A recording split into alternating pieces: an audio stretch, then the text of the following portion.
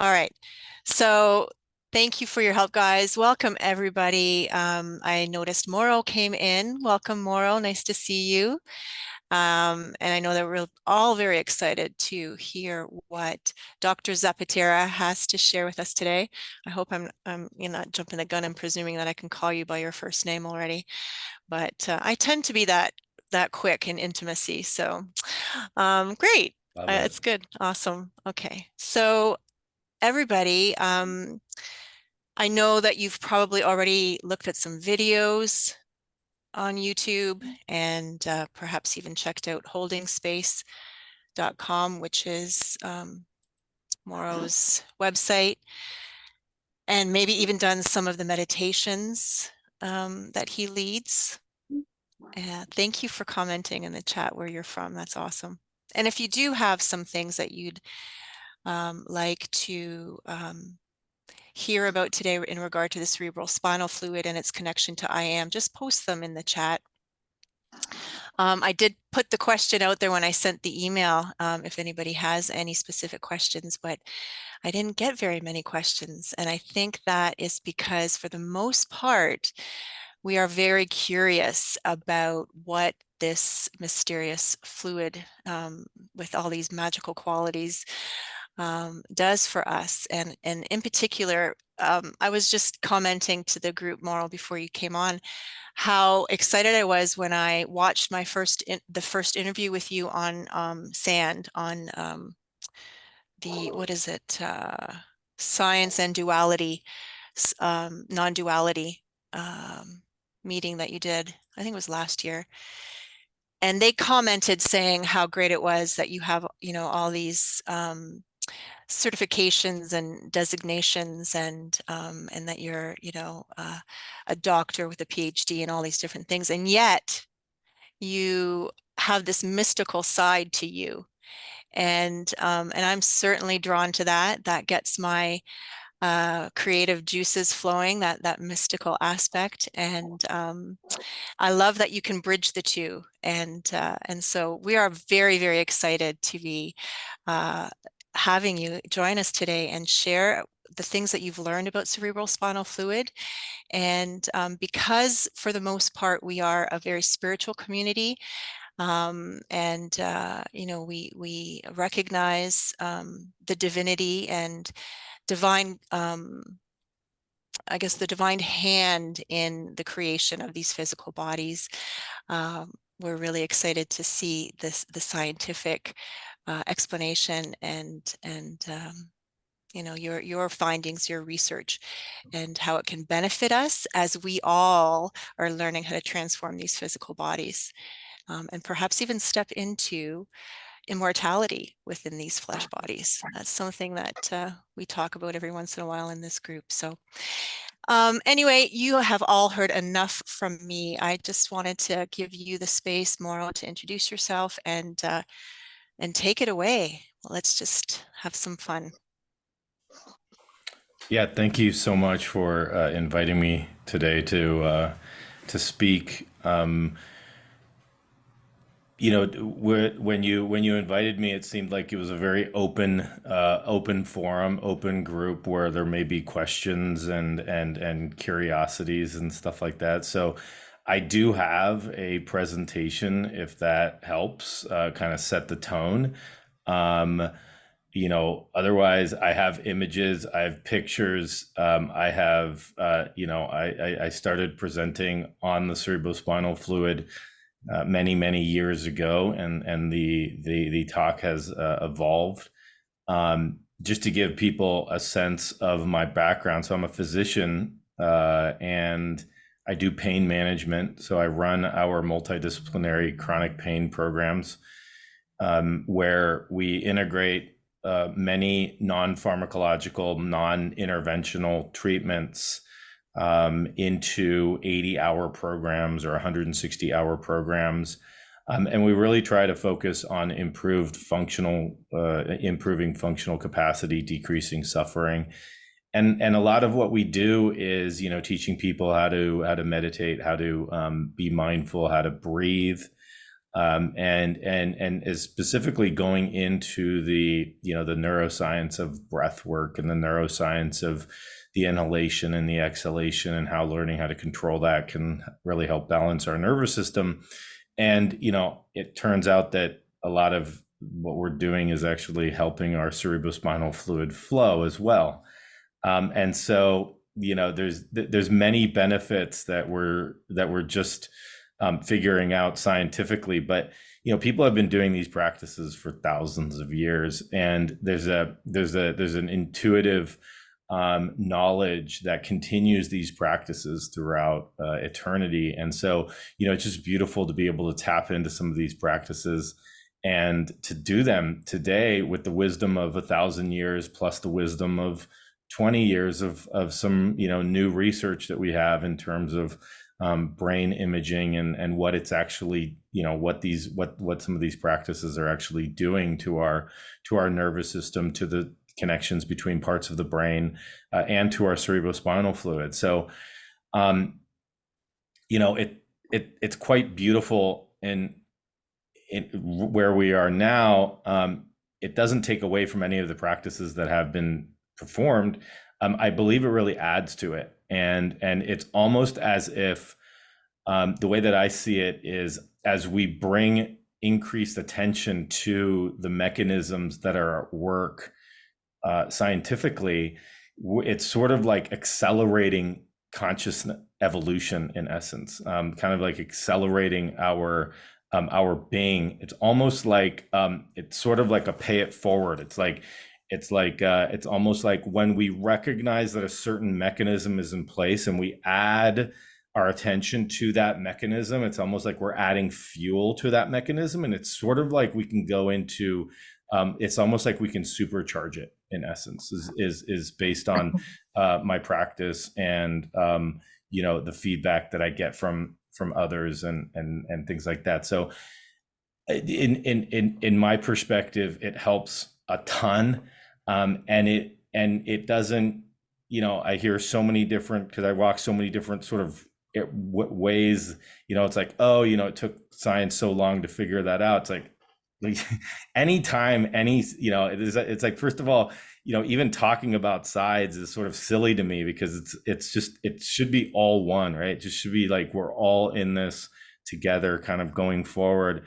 And any side that poo-poos the other side doesn't do any help for anybody, in my opinion. So I've been a scientist where I have done the research, and it does take a lot of time to get the research straight, and research is not a definitive. There's no like definitive answer in research. Research is a progress that evolves. And it's a process. So a paper that is published 10 years ago does not mean that it's correct. It just means that the tools that we had at that time, and the questions that we asked, and the instruments that we used to answer those questions, showed a certain result, and we made conclusions based on that. But as new technology comes out, or new ways of interpreting messages or whatnot comes out, that we should be open to a constant flow, a constant evolution, a constant change. And this should be, it's sort of like analogous to anybody's practice in essence, is in sort of my opinion, if you just stick to one practice, there might be a bit of stagnancy in that, as opposed to going with the flow of what is actually coming up with in the present moment. And that has a lot to do with sort of connecting in with our fluid body, in essence, our fluid body not only being the cerebrospinal fluid, but also all the fluids of our body, including our blood and our lymphatics and the interstitial fluids and things like that. And just imagining, as a fluid would flow, how our consciousness flows as well, or how our minds flow as well, and being malleable, being open, being adaptable, et cetera, et cetera. So, that's kind of my perspective on it. If you guys would like, I do have some slides. I was told we have 2 hours, so I do have some slides to kind of open things up a little bit. And I do come from, like I said, a lot of my spiritual practices came from just trying to understand myself, who I am. The number one question really was, who am I? Who is this person living in this human body? What are these, where do these thoughts that I'm having come from? What does it mean to have a thought? Stuff like that. And then the connection with the cerebrospinal fluid came after I had 2 years of medical school and some significant anatomy and physiology classes. And so there is anatomy in my lecture, because I'm not sure if you've ever if you've ever connected specifically in with the anatomy or gone down to the cellular level of your own anatomy. Again, the more that we can bring attention and awareness to the specifics of what you might be feeling in your body and localizing it anatomically, I feel that also has potency as well.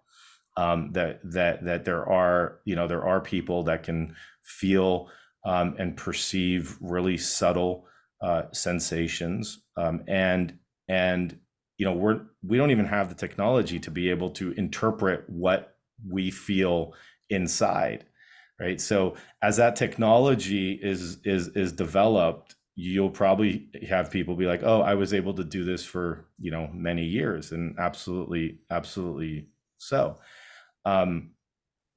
But people have, it's almost like they are their own receiver. They are their own tuner.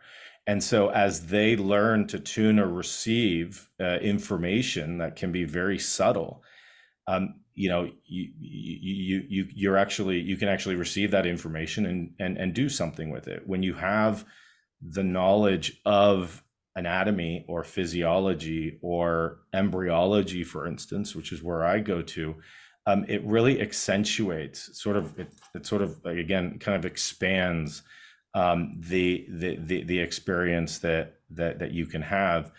And just like what Susan said is being curious. So it's sort of like, oh, this is what I know from the anatomy or physiology. Is that, am I sensing something in X, whatever X might be, right? Am I sensing something in my heart? Well, where in my heart? Right? And getting to actually going in with curiosity, not with judgment or anything like that, but with curiosity, going, well, is it in the heart muscle? Is it in the nervous system of the heart? Is it in the fluid system of the heart, but within the interstitial cells, within the muscle cells? Or is it actually inside the blood, inside the chambers of the heart, inside the blood? And it seems to be pooling there. And those are sort of the curiosity questions that I would encourage you to pursue in your own practice, right? When you feel something is in the body, and I love that this is called embodied life, right? When you feel something in the body, be curious about it, right? Investigate it. But there are so many levels of that curiosity to investigate, from the whole body level, right? From the organ level, right? From the individual parts of the organ level, from the cellular level, from the extracellular space level, right? Because there's the cells, but then there's the space in between the cells that are, the extracellular matrix. And then inside the cell, right? Then there's the membrane of the cell. You have the Golgi and the mRNA and the DNA and all this stuff. So and you could keep going down to what level you actually feel comfortable going to. All I right. just So want to jump right in there if you don't mind for a second, yeah. because I just wanted to make a comment, because a big part of our group is to not necessarily feel better, but to get better at feeling. And Beautiful. so you are just totally speaking our language here, because Beautiful. we are learning how to do that, how to be aware of these sensations and not necessarily label them as painful and then try to run away from them or medicate them or dispose of them or battle them, but to appreciate what they're there and what they're doing. And the fact that you can break it down on so many different levels, that it's not just in the body or in an organ, it's also it could be multifaceted, multi-layered. That's something that we're learning how to develop. We're learning how to develop that kind of interoception so that we can bring our awareness, like you said a couple of times today, we bring our awareness to that energy, that sensation, whatever it is. And then that energy in our awareness somehow accelerates or it transmutes, or it does something. In our language, according to the Bible, that's how I tell my people that this awareness is where we say, let there be light. So in that sense, many of us are beginning to develop that capacity. And it's so good to know how to label these things as well, because it does give that framework and that structure within which we can feel comfortable moving even deeper and further into some mysterious things too. So that's kind of one of the reasons why I wanted you to talk about the cerebral spinal fluid and bringing our awareness to it, with the knowledge that we can actually manipulate that with our breath, which is really one of, the few things that we can, manipulate consciously and willingly in our autonomic nervous system. We can actually use our breath to then move that cerebral spinal fluid to address some of these things that in the past we would have said, this is pain, this is shame, this is because of this. And instead of doing it in that kind of blaming way, we're actually opening ourselves up to understand that it might have an actual purpose or function, and we can then maybe partner with it and use it to benefit us. So I love what you're saying, Exactly. totally speaking our language. Perfect. Spot on. Yeah. And I think what you're teaching in terms of that interoception, that's sort of the next, in my opinion, that's sort of like the next level of evolution, is that really subtle interoception with the with adding attention to that, and that then accelerates our evolution, cosmically, for instance. So Yeah. I do, so this is, I've done, if people are interested, there's 24 sessions that are free on YouTube. It's called Awakening Awareness Program. I did it for a group called the Emerging Sciences Foundation, and it does go into a lot of what you were talking about in terms of, we do go into the fine details of even looking at the anatomy, at the very fine level, and also looking at, just spending 20 minutes on your fingertip.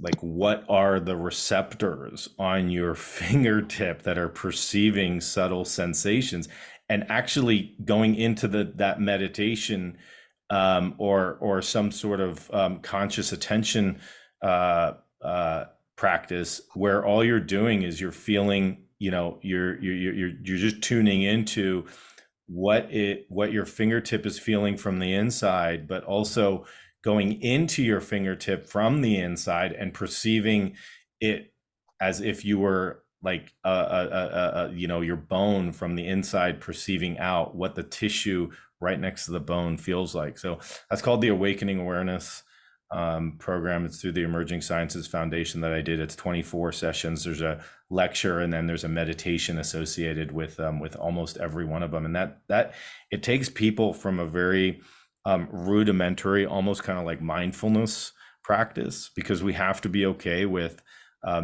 recognizing thoughts, emotions, and sensations on a big level, a gross level, and then getting into the micro sensations. If we can't even do it at the gross level, then we should have some sort of meditation or mindfulness practice where an emotion comes up.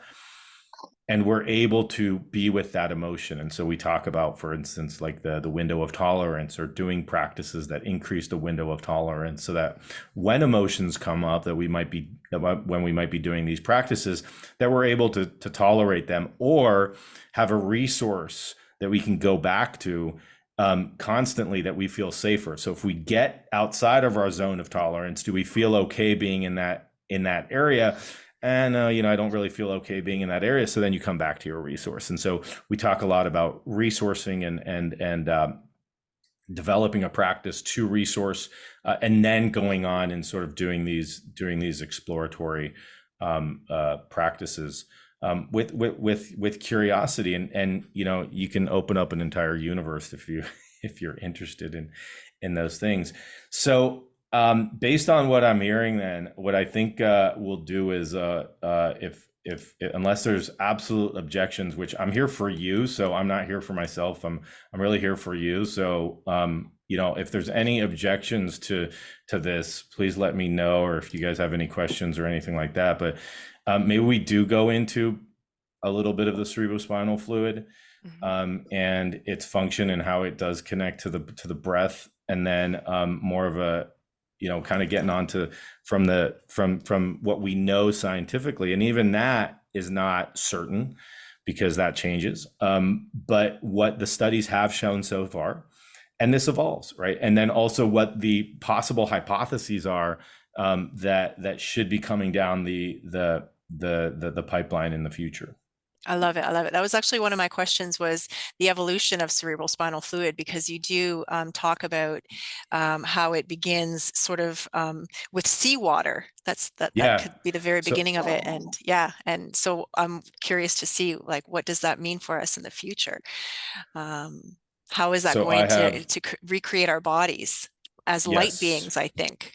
Yes, exactly. Yeah. So let's so I have so let's go into that.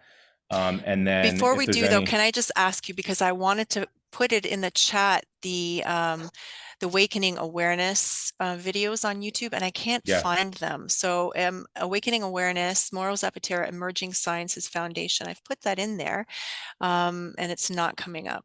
So okay, do you have a link that you can share? I do. Well, Oh, I hope I awesome. do. Yeah, that'd be great. Let me find it. Thank you. I know, like I just know my people. They're gonna want to jump in. So yeah.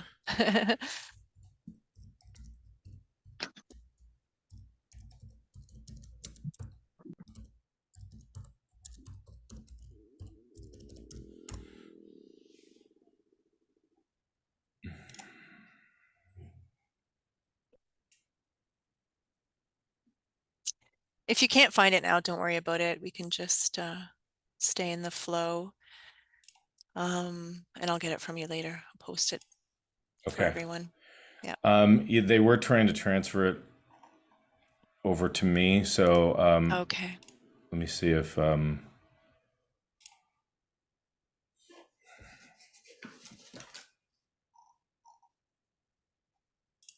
right, let me get that, and then I did find it, but it seems like they're transferring it over to my page as opposed to on their page. So let me just contact them real fast.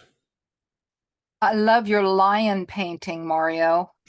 Oh yeah, it's a puzzle. What? Yep. I love it.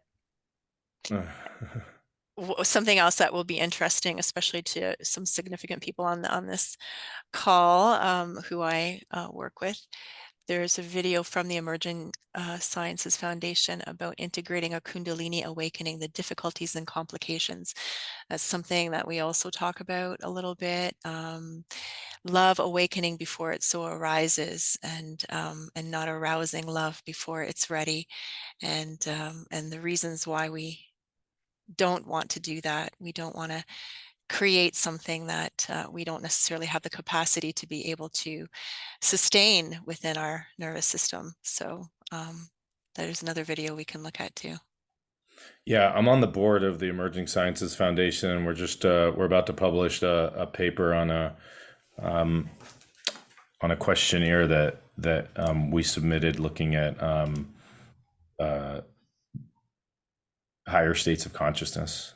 So that'll be interesting as well. Wow. Let me get that link, and then Okay. or this will spark them to transfer it to my page quickly, which is great. Thanks for finding that. I'm a Um, catalyst. exactly. I just need access to be able to share. Oh, yeah. Okay. Sure. One second here. There you go. Beautiful. Thanks. You're welcome. All right. So if you have heard or seen any of the images or videos, if you haven't, then sit back and enjoy. If you have, enjoy again, and have any questions or anything like that. So this is the cerebrospinal fluid water and the bridge. The cerebrospinal fluid really being a bridge from the unmanifest to the manifest, in my view.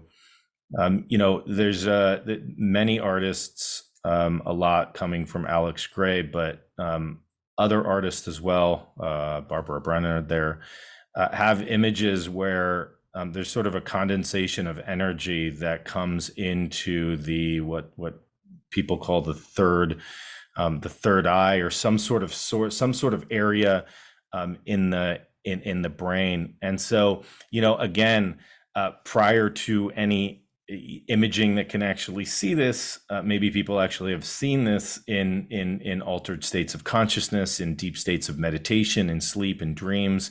And again, this is just how we are tuning into the energies that are present. Is this, is there some sort of condensation of energy that does occur from the universe, from the world, that does come into the somewhere in the brain, in the mind's eye, whatever you may call it, third, sixth chakra, seventh chakra, third eye, whatever you want to call it. And so, what this started me to investigate is, this comes from my personal experience of some of the meditations that I had while I was obtaining some body work.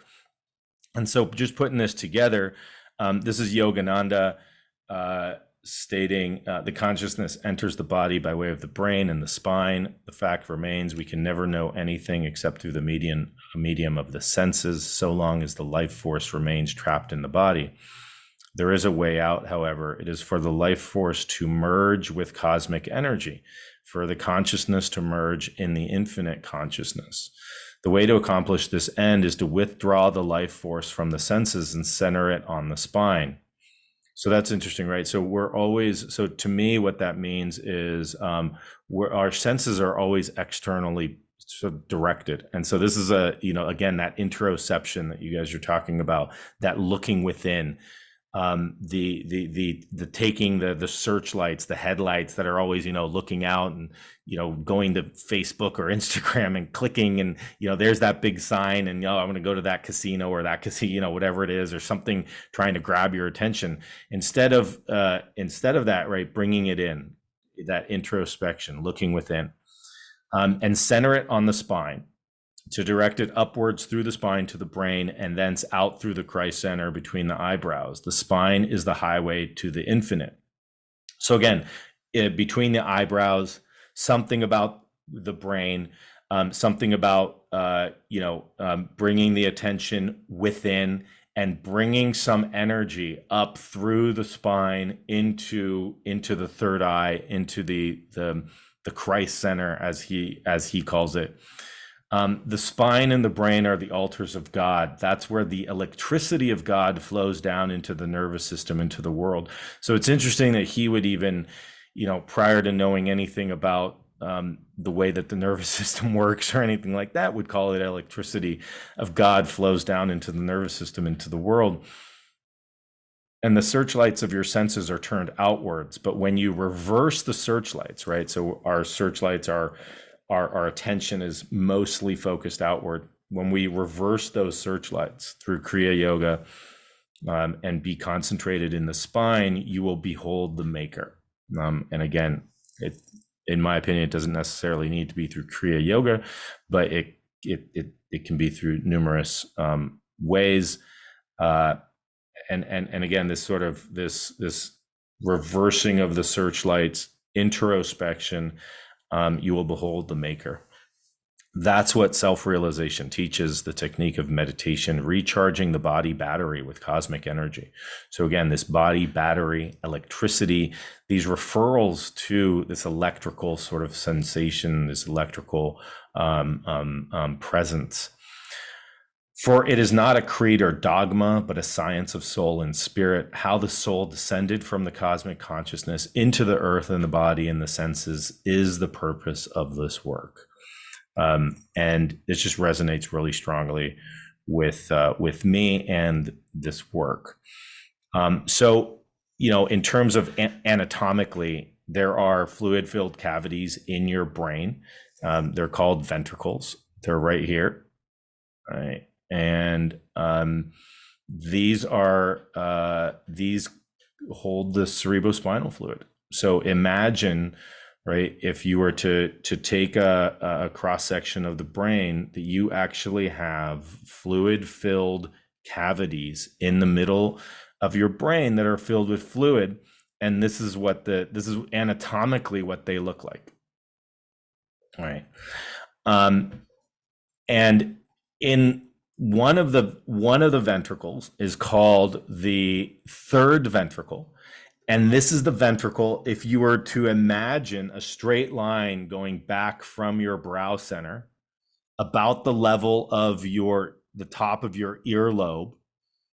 So midline structure, one structure in the middle of back from the brow center to about the top of your earlobe, there's something called the third ventricle. Okay. And this is filled with fluid. And this is a fluid-filled cavity in the middle of your brain. It has the pineal gland in back.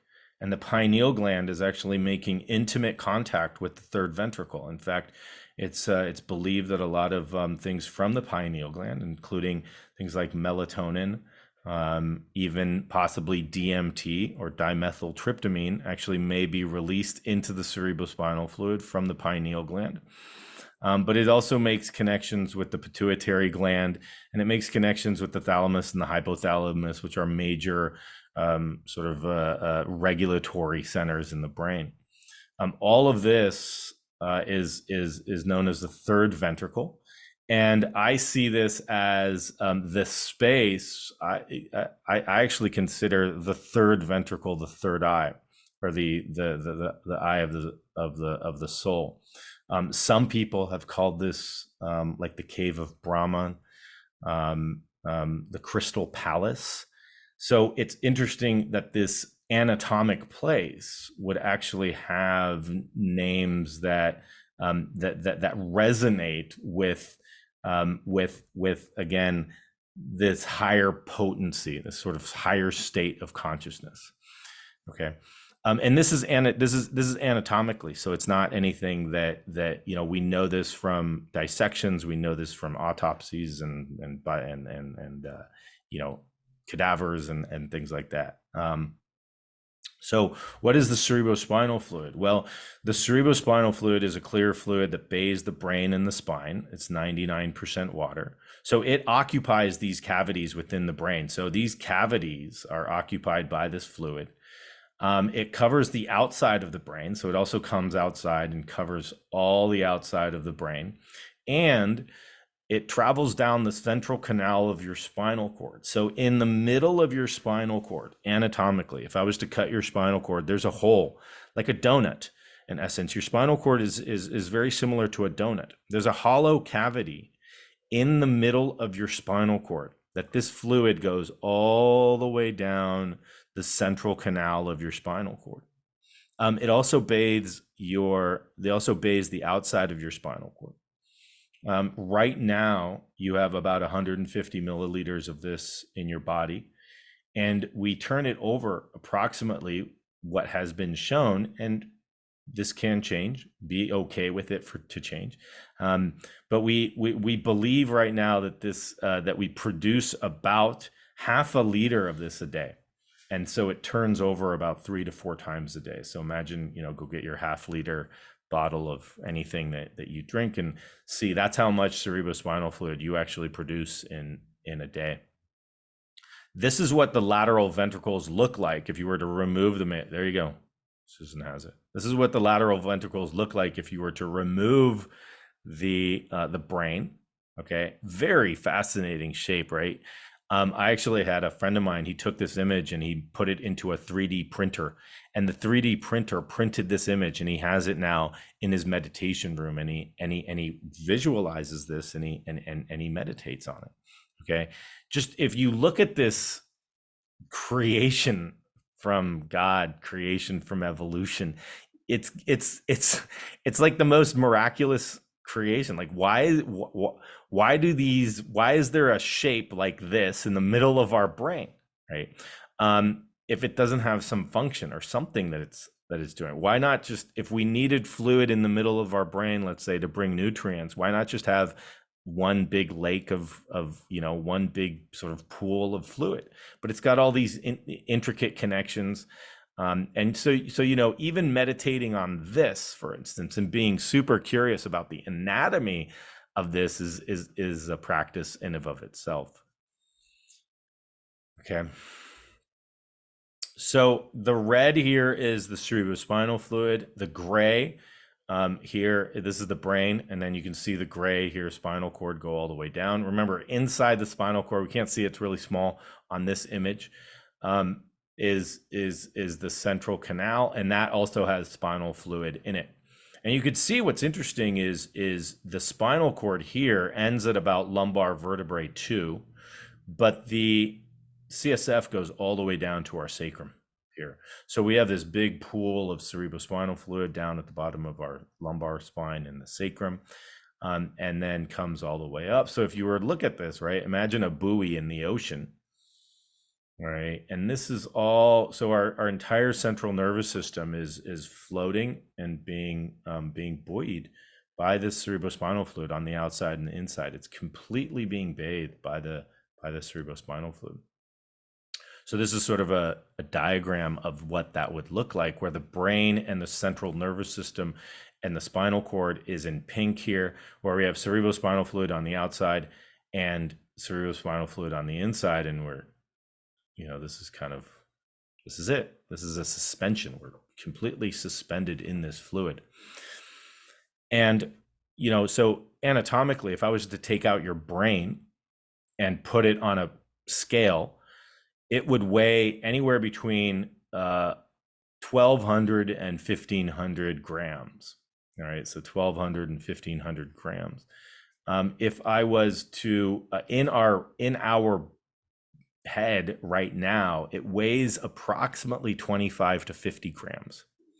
So the buoyancy of the fluid decreases its weight almost 99%, essentially.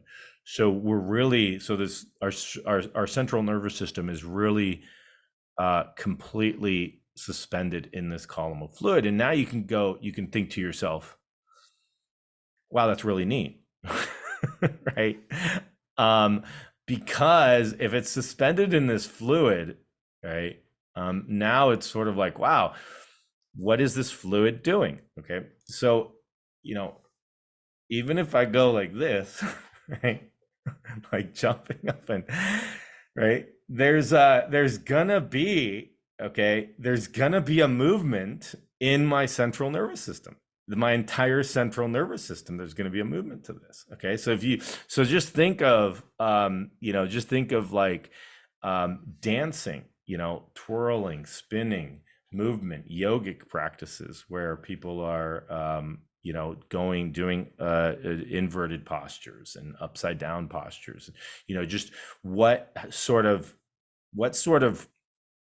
resonance are you bringing to your system that is not only, physically, that is actually affecting the movement of your central nervous system, right? And then we get into, just by seeing that image, now you get into shamanic drumming, you get into crystal bowls, you get into Tibetan bowls, you get into tuning forks, for instance, you get into humming, right? How that resonance actually, how my vocal cords are resonating in my throat and creating a movement, a resonance in the fluid itself, right? So that in and of itself, again, with openness and curiosity, is something that you can investigate, and I highly recommend that.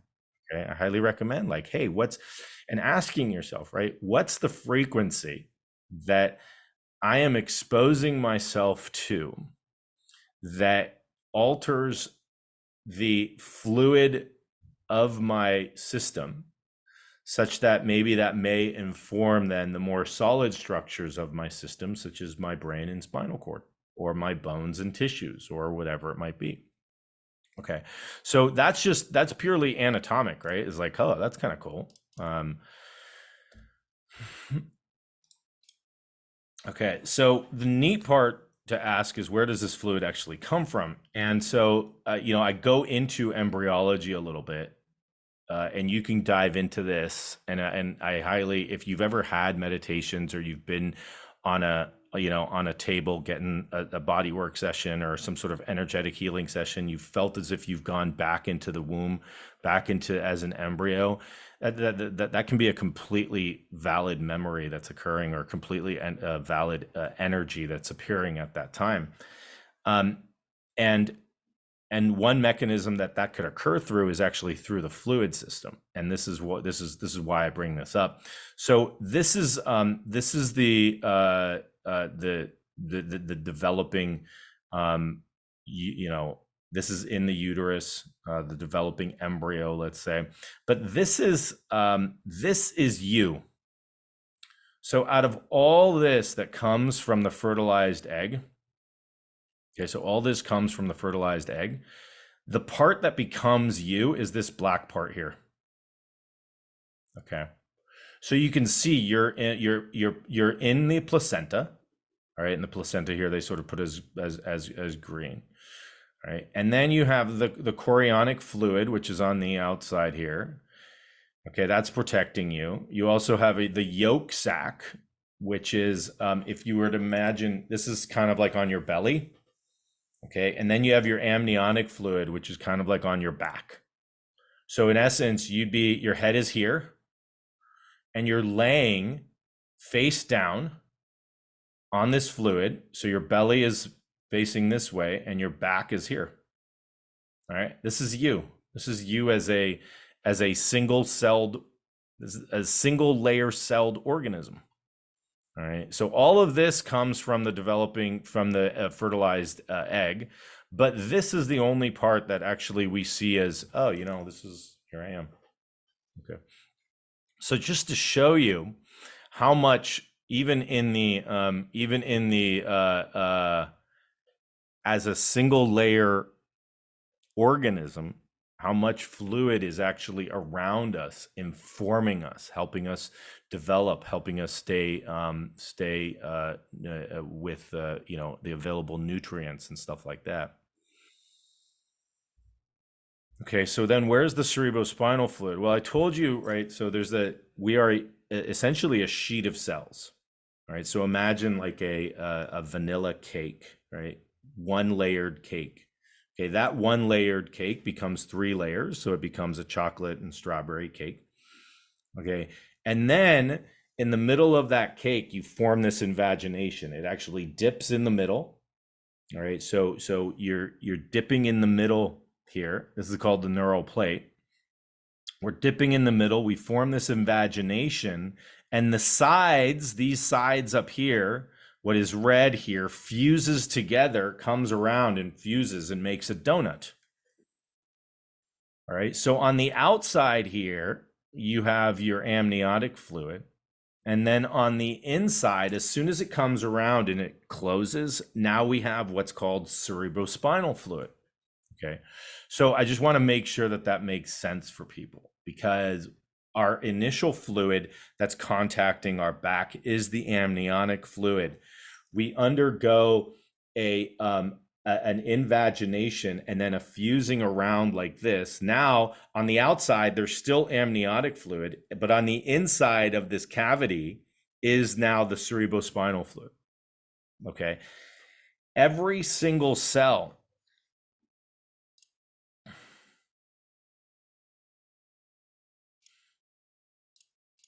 All right, so every single cell here, so this is what becomes our central nervous system. This is what becomes our brain and spinal cord. Every single cell here is a stem cell. Is what's called a neuronal stem cell. Okay, and the neuronal stem cells here are bathed within the cerebrospinal fluid, and they're given instructions with the cerebrospinal fluid. And this was part of my research of trying to figure out what the cerebrospinal fluid actually did during development, what sort of proteins and molecules and growth factors did it have, and we published a few papers on that. Okay.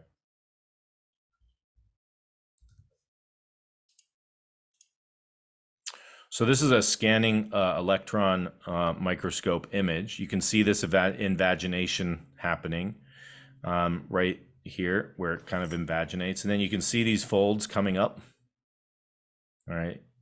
And you can see the folds getting more and more. And then here you can see, right, the folds get closer and closer together. And then here they've fused up at top, but it's still open here.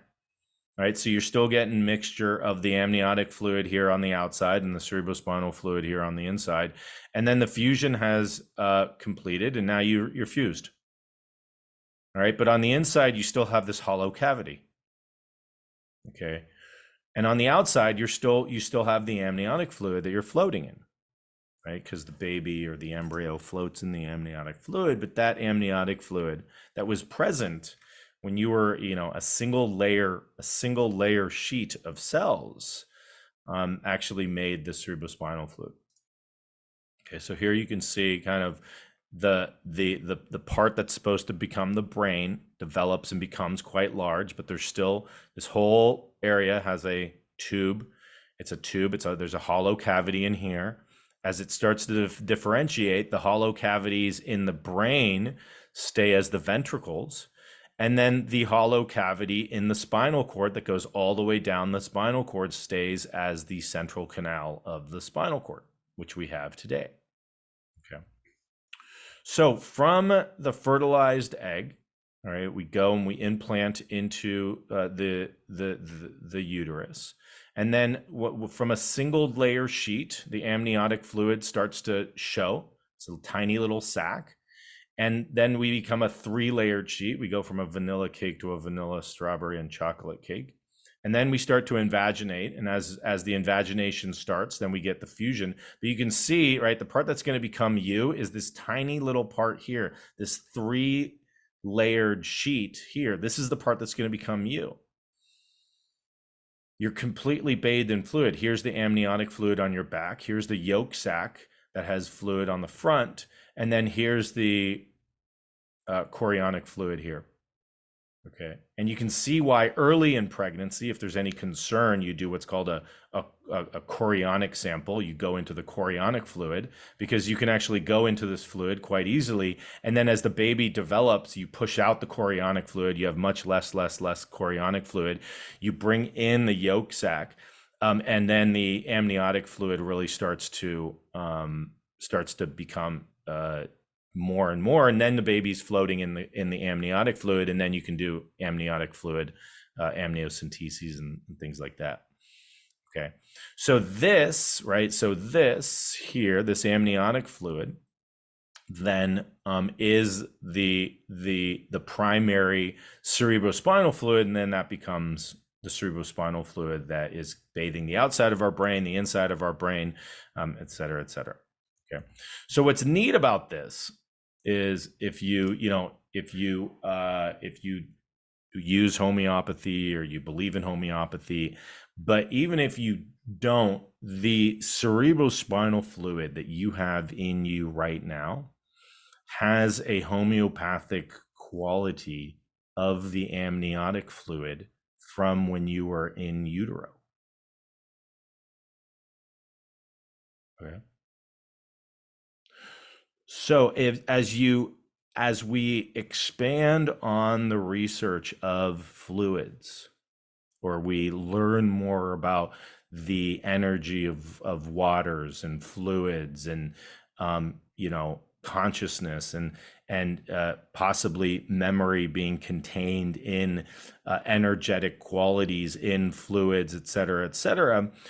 Now we actually have a direct link through the fluid of into the womb. And so you may, right, in your meditations, you may have memories, you may have energetic feelings, you may actually feel fluid movements as they are moving in the embryo, because that memory is actually stored in the fluid. And in your CSF now, you have a homeopathic quality of the amniotic fluid.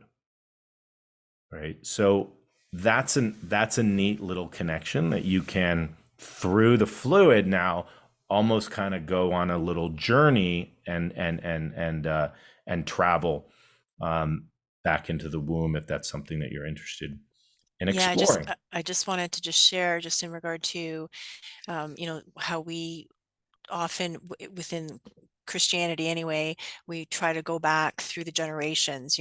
Much of our I guess, process of transformation in the past has been about learning the sins of the fathers, and how generational bondages and things like that have held us back. So this is one way, just knowing that that physiological connection to the mother, and then the grandmother, of course, and then whoever else, that water that flows through it, that carries that memory. This is the way that these things are imparted to us, so that we can mindfully then be aware of how this actually enters in. It's not something that's from outside the body. Everything is from within. And so we then are empowered to be able to see what else is available to us from within, in order to be able to transform what is there and use it for our benefit. Thank you. Exactly. And if you haven't done so already, go back and watch Frozen 2, the Disney movie, and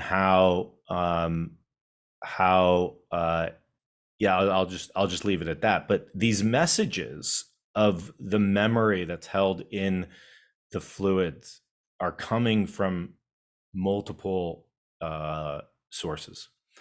So I highly encourage, now that you kind of have this maybe curiosity, go back and watch Frozen 2, and see where the memory of the ancestors are stored, and where that information is coming from.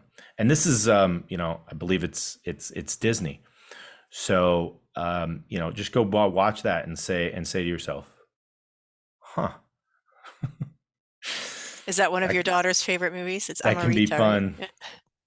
Is that her No, favorite movie? no, No. no. It's just one of those, it's just one of those movies that has Truth meaning, I hidden think. in plain sight. Yeah, they're starting to Yes, send these messages. they're Okay, woke. so if we look at the world, if we look at the cerebrospinal fluid, okay, and this is where Susan mentioned, where do the evolutionarily, where does the cerebrospinal fluid come from? So we see anatomically in each of us, it comes from the amniotic fluid. So our cerebrospinal fluid was the amniotic fluid. It differentiates into the cerebrospinal fluid as we close off our body cavity and develop the brain and the central nervous system.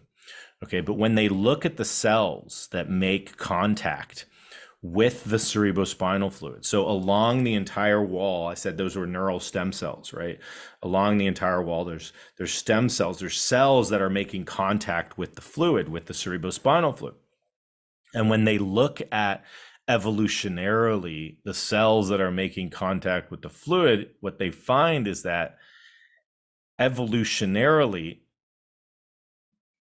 they're very similar to cells that are found, for instance, on a starfish that are making contact with the seawater. All right. So what does that mean? And I'm just recognizing I'm not sharing my screen, am I?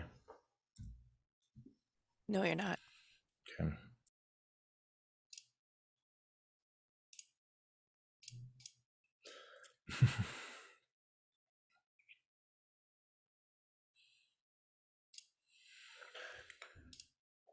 Okay, so when they look at evolutionarily, the cells that are making contact in vertebrates, making contact with the cerebrospinal fluid, here's our body cavity here that's fused, right? And here's the cerebrospinal fluid in the middle. When they look at these cells, they can actually trace evolutionarily the cells back to like a starfish and those cells that are actually making contact with seawater. Okay, so right, and then as the body plans of the animals start to enclose and form a more closed body cavity, okay, now every cell that is perceiving the external environment, so here's the seawater, here's also the seawater, here's a worm that drinks the seawater, but it just goes right through it, and then here's us. Okay, so all these cells are all evolutionarily similar. Okay, so if you think of why that would be, right? What is a starfish doing? Why would it need to have cells that are monitoring the seawater? Right? Well, it's perceiving its environment. Right? It's got to get information from its environment. What's the nature of the fluid movements of the ocean current it's in? Are there any toxins? Are there gradients of toxins that I need to go to? Is there food or not food? What sort of information transfer is coming from the water? Okay, so right, ancestrally, then evolutionarily, the seawater is our ancestral CSF. We are perceiving, right? We are still perceiving information from this fluid, just like the starfish is able to get information from the seawater.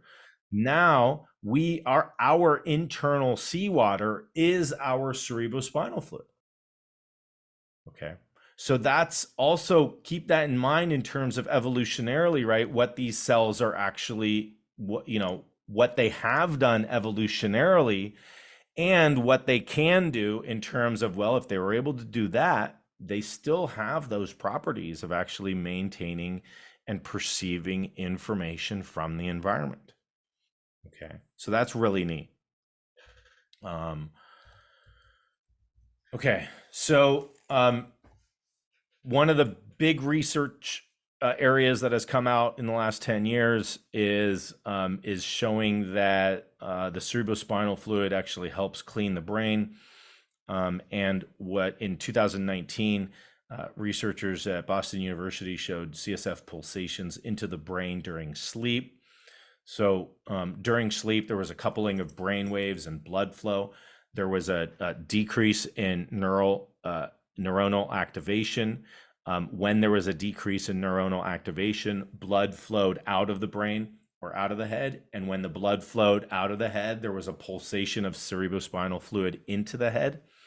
And what they sort of concluded from this research is that when we sleep, we get an increased flow of cerebrospinal fluid through the brain, and this helps clean out toxins that are building up in the brain throughout the day.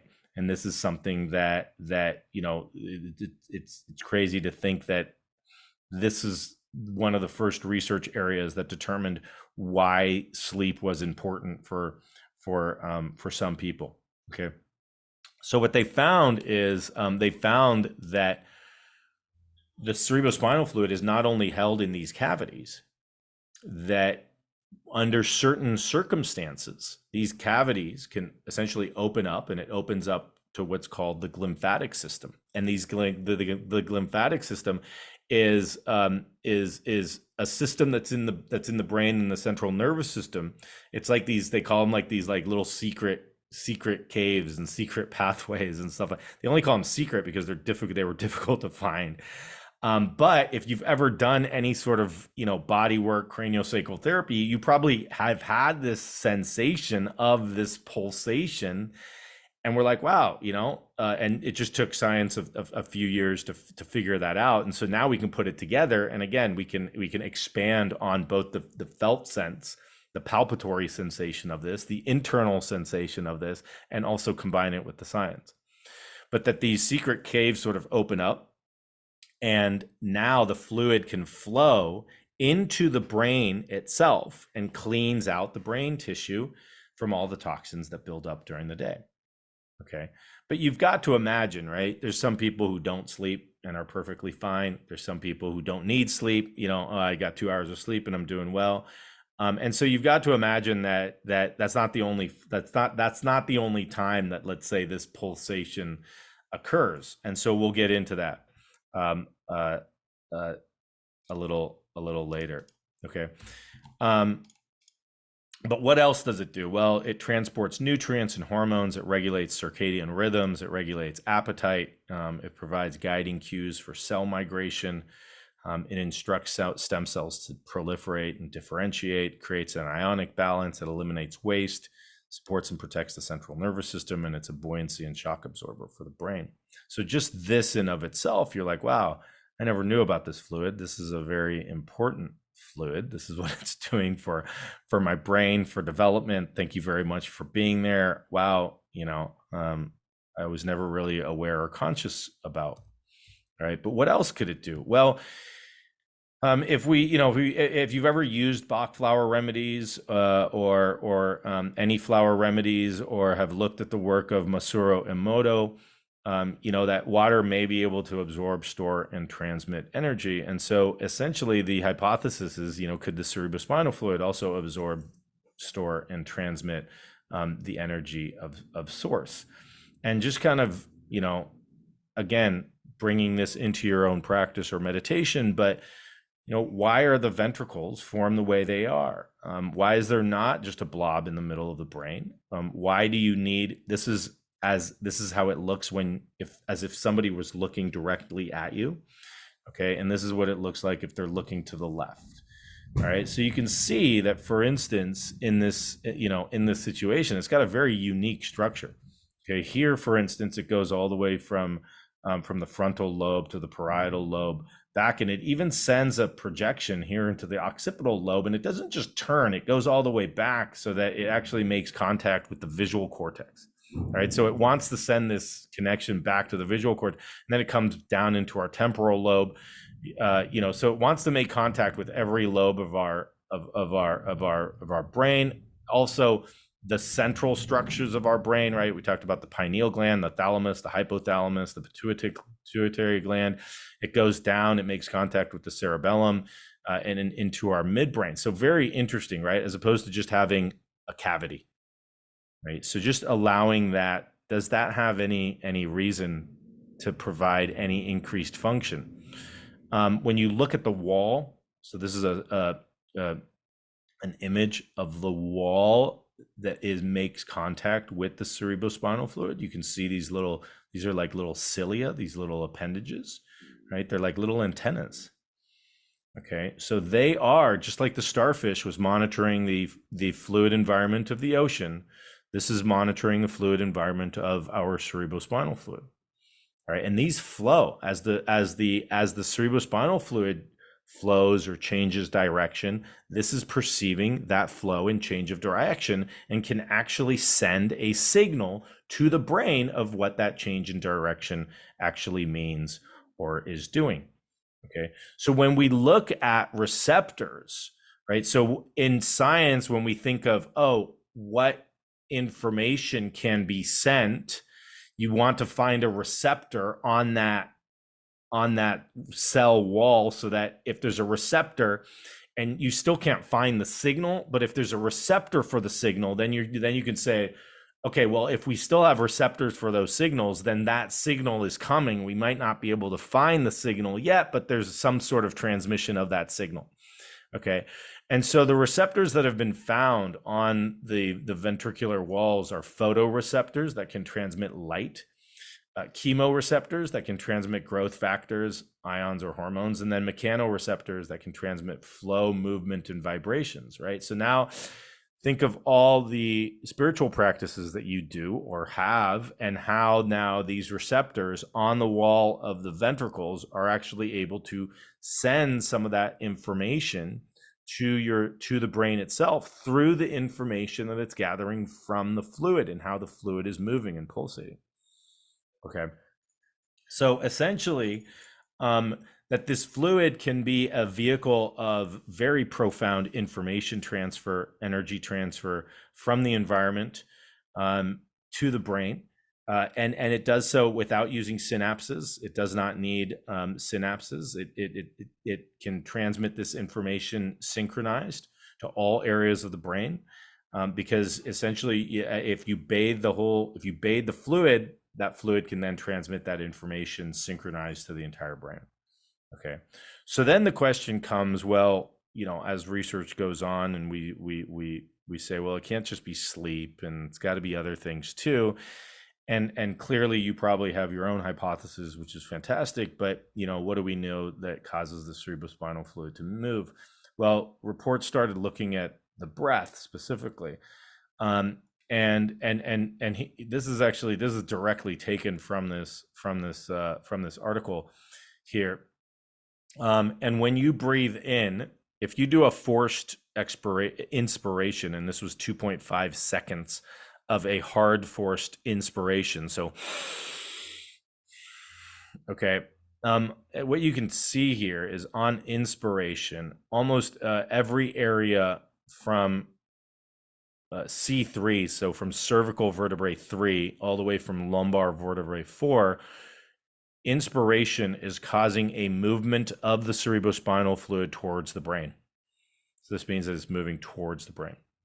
Okay, expiration, you can see how expiration, there's actually a movement away from the brain, and it only happens at about thoracic vertebrae, maybe 4 or 6. It doesn't really happen higher than that. So in the lower thoracic and lumbar vertebrae, you get this sort of push back down into the sacrum.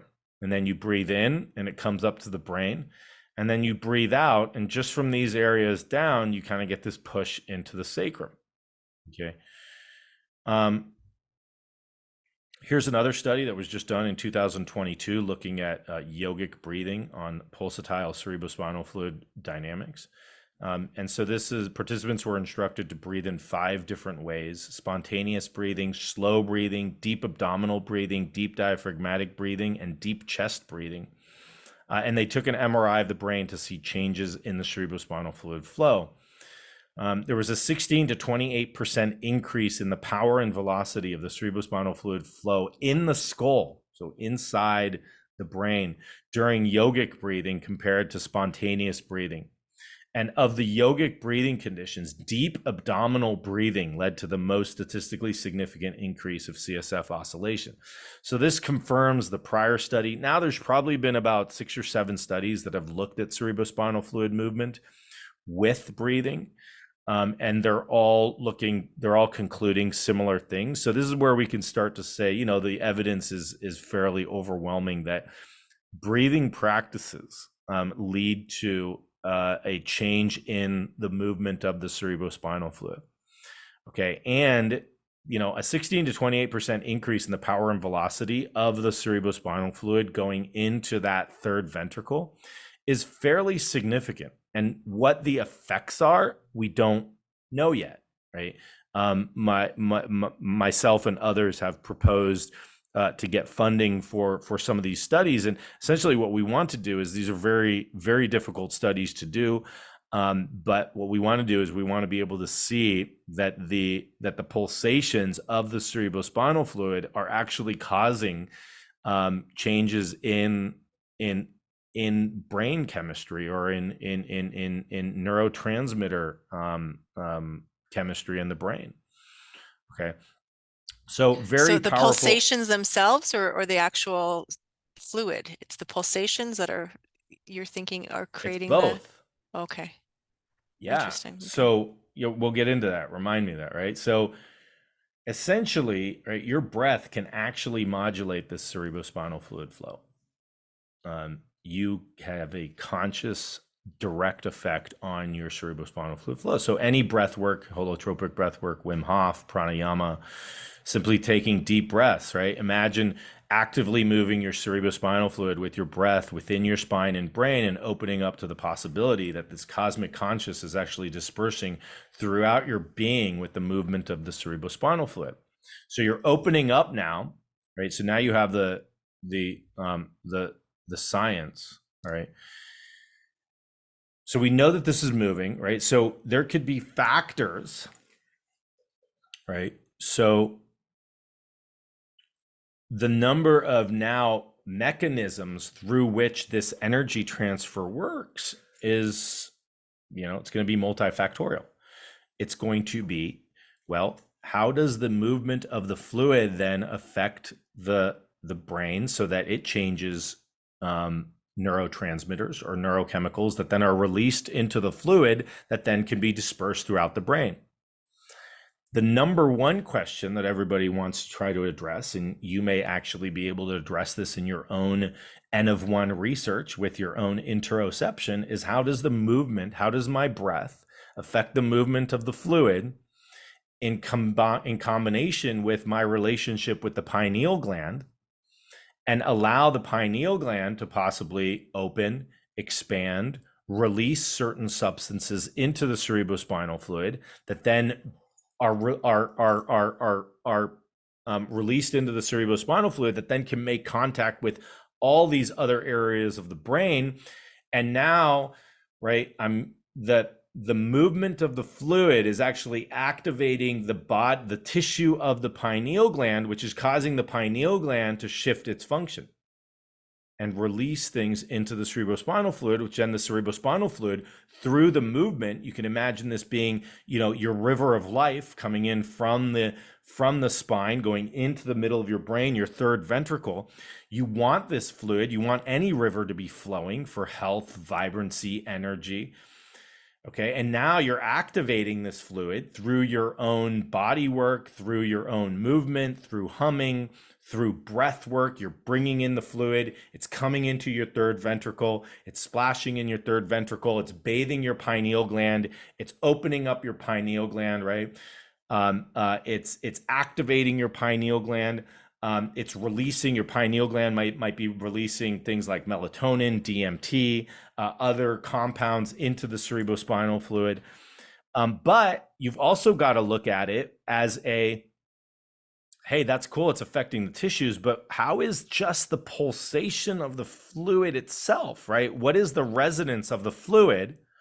Boom, boom, boom, right? When you think of almost any practice, there's a rhythmic nature to those practices that cause an altered state, right? When they look at shamanic breathing, it's like 120 beats per minute or something like that, or 160, right? The drum has to be going. It's like bum, bum, bum, bum, bum, bum, right? And you maintain that rhythm, right?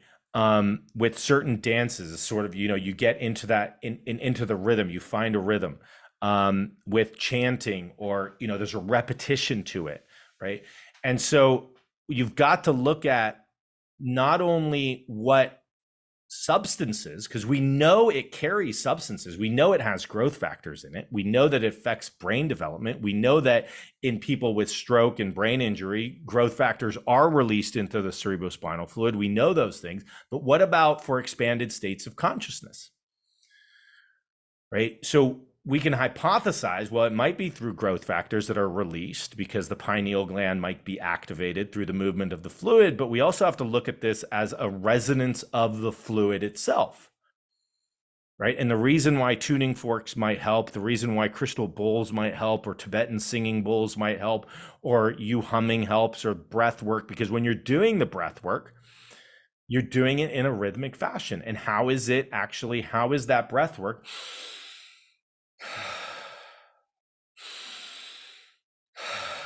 Right? What sort of rhythm are you bringing into your body, which is then shifting the resonance of the fluid which is then affecting the tissues of not only your brain, but your entire system. Okay. And then I go into the depths of, and then how is it affecting the water molecule in the cerebrospinal fluid? And how is it affecting all fluids within your body? And how is it affecting the hydrogen oxygen bonds? And how is it affecting the electrons and the quarks that are making up these chemical bonding? Right. So that's the level of intimacy that I wish people can get to. Is yes, you go from the fluid to the water to the whole body fluid system to then, right, the bonding of electrons, the bonding of molecules, to the electrons that are being shared by those molecules and the protons and the neutrons, and even further into the quarks and the subatomic particles, et cetera, et cetera. And then where are you? Now you're thinking to yourself, wow, this is incredible. And then you ask yourself, in that state, you ask yourself, well, who am I? Poof. And you completely disappear. But you're fully embodied. Okay. That's sort of the journey. Is you're kind of you're putting this all together. Okay, while you're feeling your feet on the ground, you're feeling your butt on the chair, you're lying down, you're feeling your back, you're fully embodied. But yet there's no space and there's all space simultaneously. You're fully here, but yet you're nowhere.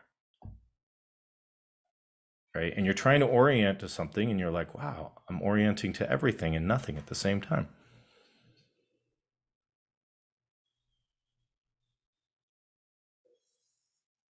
Okay. So, right, in my practice, I use this fluid as an intermediary between the infinite and the finite. Essentially, that as the images show, right, that there's this condensation of energy that's occurring. And through that condensation, then it's a two-way highway. That as the energy comes in, it comes into a condensed form, which is through the fluid, and then it disperses into more condensed structures like the tissues, the muscles, and the bones. Okay. But by breathing, right, we can create a rhythm in the fluid, this undulating process with oscillations. It's got the ability to bring vibrations and an energy frequency to the fluid, which can transmit the rhythms of life and the rhythms of the infinite. But it's not a one-way street. It's not just a one-way download. It's a two-way connection. So we're fully unmanifested while we're manifested. We're fully infinite while we're finite. Okay, and that's why there's an embodiment of this practice that is so essential, which is during this entire process, you're feeling the sensation of your feet on the floor. You're feeling the sensation of your back on whatever surface it's on. You're feeling your whole body as it's expanding, and you're bringing this attention and awareness to, the subatomic quark that is making up the water molecule that is now vibrating, and you're seeing this vibration pulsating with your pineal gland. Okay. So now this brings us into the battery, right? This electricity, this internal source of energy. People may have felt it. We're going to publish a paper, right? There's a sense of people who have had states of greater consciousness have sensed the light. There's a light. We call it enlightenment. There's a light. People have actually seen this light, right? They state there's anecdotal evidence of people stating, they feel as if there's an internal light. They see more clearly, whatever it might be, right?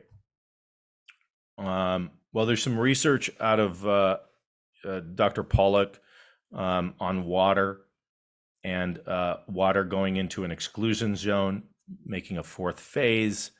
And this happens next to hydrophilic surfaces. And it's interesting that this would happen. um, the cell wall, the outside of the cell wall is a hydrophilic surface. So the inside of our brain would be, the cerebrospinal fluid that's making contact with the wall of the ventricle would be a hydrophilic surface. So the surface works. In this exclusion zone, what happens is that particles are excluded and it forms a charged surface.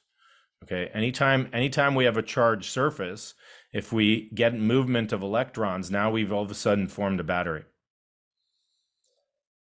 Okay, so Dr. Pollack has shown that water can go into this fourth phase under specific circumstances.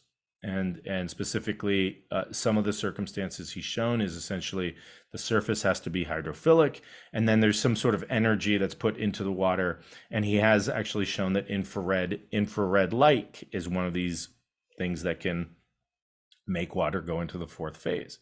When it goes into the fourth phase, then it can become a battery. Okay.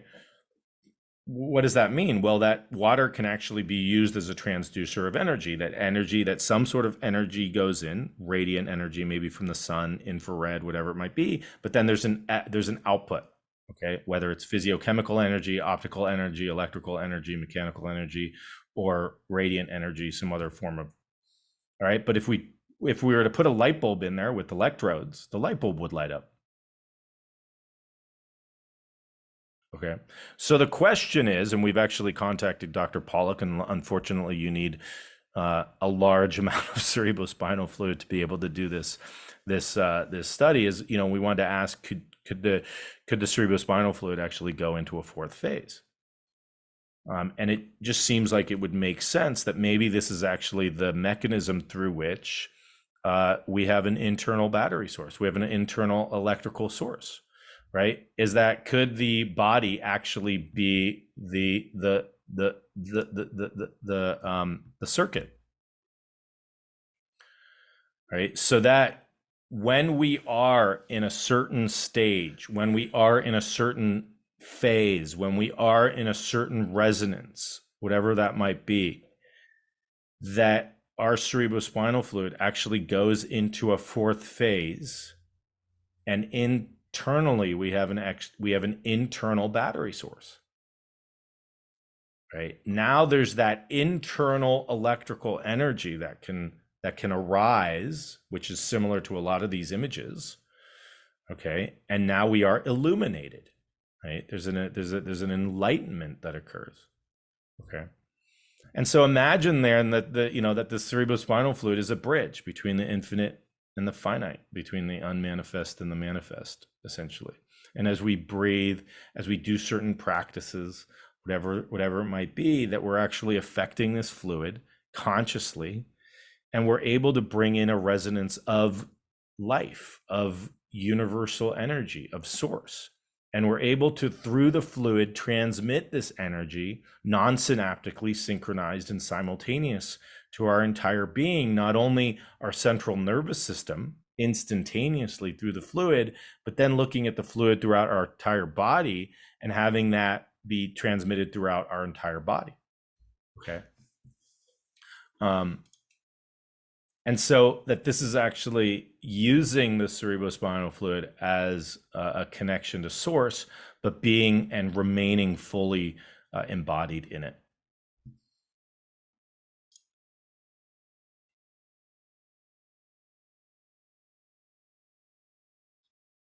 Okay, so that's sort of the talk. There's a lot, obviously, from your individual practice, scientifically, not scientifically. A lot of this is, I highly recommend a process of inward inquiry where, with a fully embodied state, with a fully resourced state, you explore.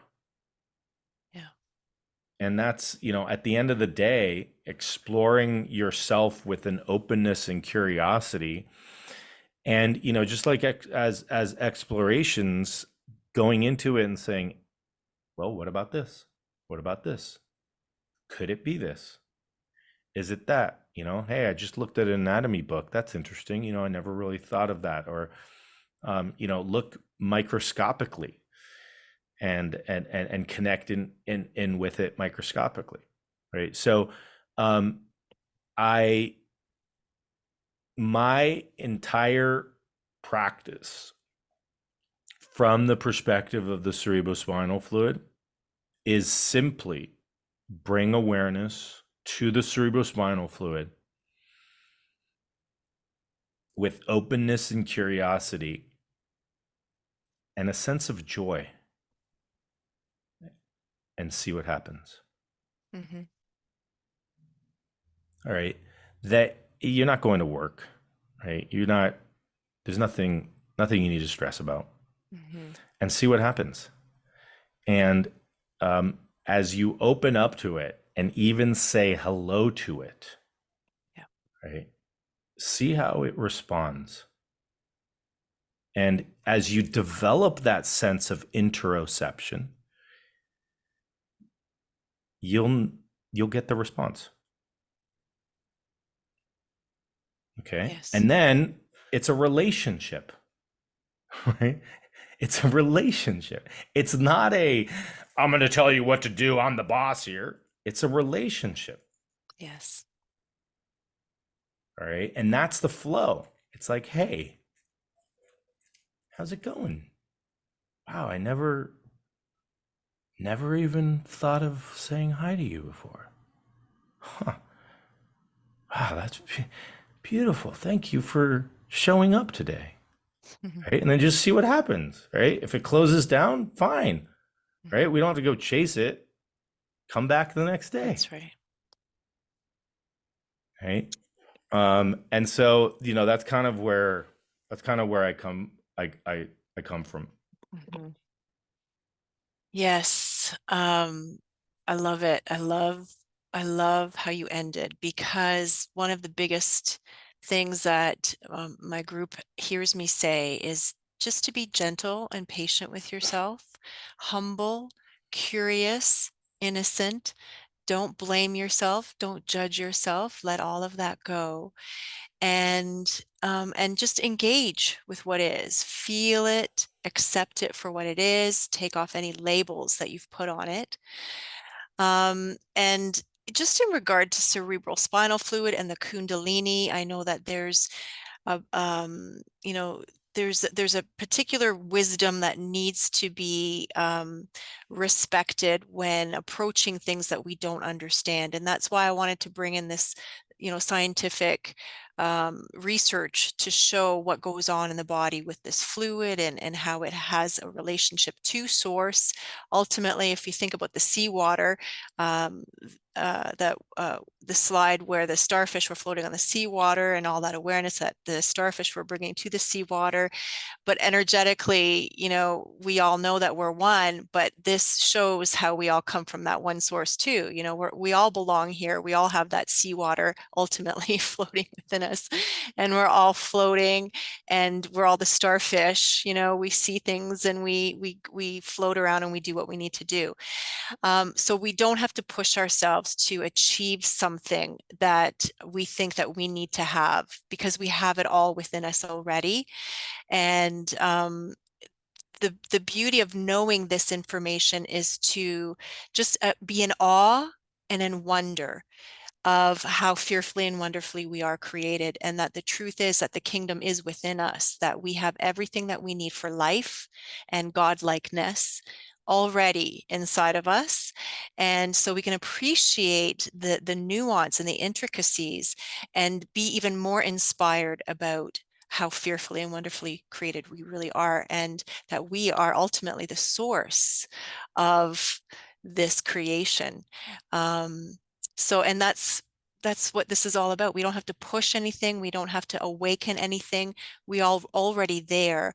And there is an acceleration happening, because like Mauro said himself, when we bring our awareness to it, it's like that energy then unites with that object that we're looking at, or it reflects the light back to us, those little photon sensitive, whatever he was describing. We've got that. That's who we are. That's what we're reflecting back to one another. And we feel that. That's why this is accelerating. This whole transformation process that we're undergoing is accelerating. So thank you for ending that way. It's so beautiful. And I just wanted to just share some of the comments. Yeah, being open and curious with an awestruck, trusting, childlike sense of playfulness. That's really what we talk about here, is just trust, trust, Beautiful. trust. Yeah. And somebody else had mentioned something that it was great. I missed it. Where's that comment? Yeah, no, that's everything you said is just, super spot on. It's Yeah. quite amazing. I do recommend, one of the things that I do recommend is developing a practice where you feel like you have a resource first, Yep. that you feel that you can, that there's a bit of an understanding of the nature of the mind, and that you can learn how to direct your attention to a resource, a place that you feel safer, Mm-hmm. and have that practice, and have that down packed. Like, you know, that's one of the most important, because as you mentioned, Kundalini, there's a lot of connection here between the cerebrospinal fluid and the Kundalini. And in my opinion, yes, there are spontaneous sort of Kundalini awakenings. The more grounded and resourced one is, Yes. the more that it can actually be controlled, contained, and that relationship can develop out of it, as opposed to having something that occurs that is completely unpleasant, and even needs to go to the emergency room for. Yes. Now, emergency room doctors are becoming slightly more aware of Mm. spiritual awakenings that are occurring, that are causing people to go into the emergency room. Um, Interesting. and and uh, and so we can learn to see the difference, and also ask appropriate questions. Have you been doing a spiritual practice recently? Beautiful. What sort of spiritual practice have you been doing?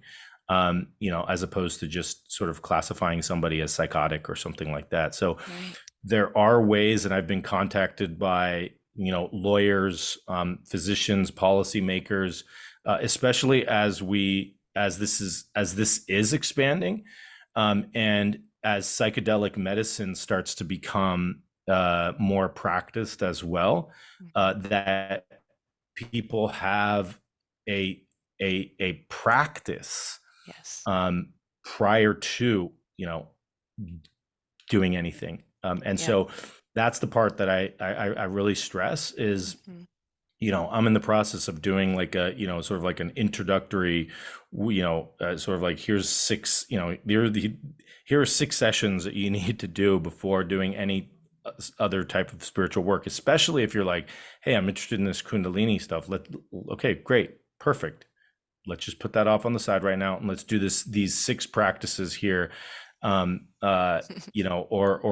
find a resource, and it Yeah. really comes down to learning how to find a resource, knowing that you have a resource, and then learning about things like titration of energies, or titration of sensations or felt senses and things like that, Yeah. and not having it explode. Exactly. Yes, and that's something that, we talk about different modalities of breath work, and those that are a little bit more aggressive. And if you don't have the capacity to be able to sustain that energy, you could potentially be harming yourself or re-traumatizing yourself. So you don't necessarily need to push yourself to have a cathartic experience in order to be set free from something. Really, gentleness and patience and humility, and and having that support, like you said, knowing how how you are resourced, not just by yourself in your bedroom, although of course that is part of it, but being in a community like we are, right? And connecting with people, like-minded people who are also walking that same path, and co-regulating, being with one another, being able to talk about some of the things that you go through and energetically have that sense of being held by some other people. We can all, um, you know, transition and process this transformation to the point where we can, I think, ultimately be like Jesus on that Mount of Transfiguration, where he is that body of light and he's able to engage not with just the people that are flesh and blood, the disciples around him, but also those like Elijah and Moses, those who had crossed over the veil. So I think ultimately this is where we're heading as a global community. But those of us who are a little bit more, I guess, open to some of the spiritual aspects and components of this kind of bodily evolution, I think that is part of our resource, part of those things that help us guide us to Exactly. yeah, a healthy transformation. Exactly. So yeah, wow. We have 20 minutes left. Can we open it up for some comments and questions? Yeah, for Yeah. sure. All right. Awesome. So you guys know, just raise your hand in the raise hand under the reactions in the chat, and let's open this up. Everybody's in awe. Go ahead, Joy.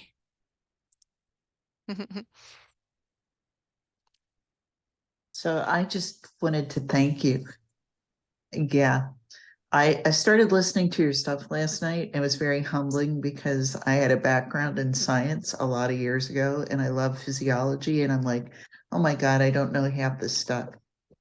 Am I even going to be able to show up and be intelligent? Because this guy is brilliant, but you are like the epitome of awesome teacher.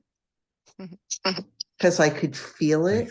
I could feel it, but you also like I tried to get my husband to listen and I'm like, there you go. You can at least hear that it's like a donut.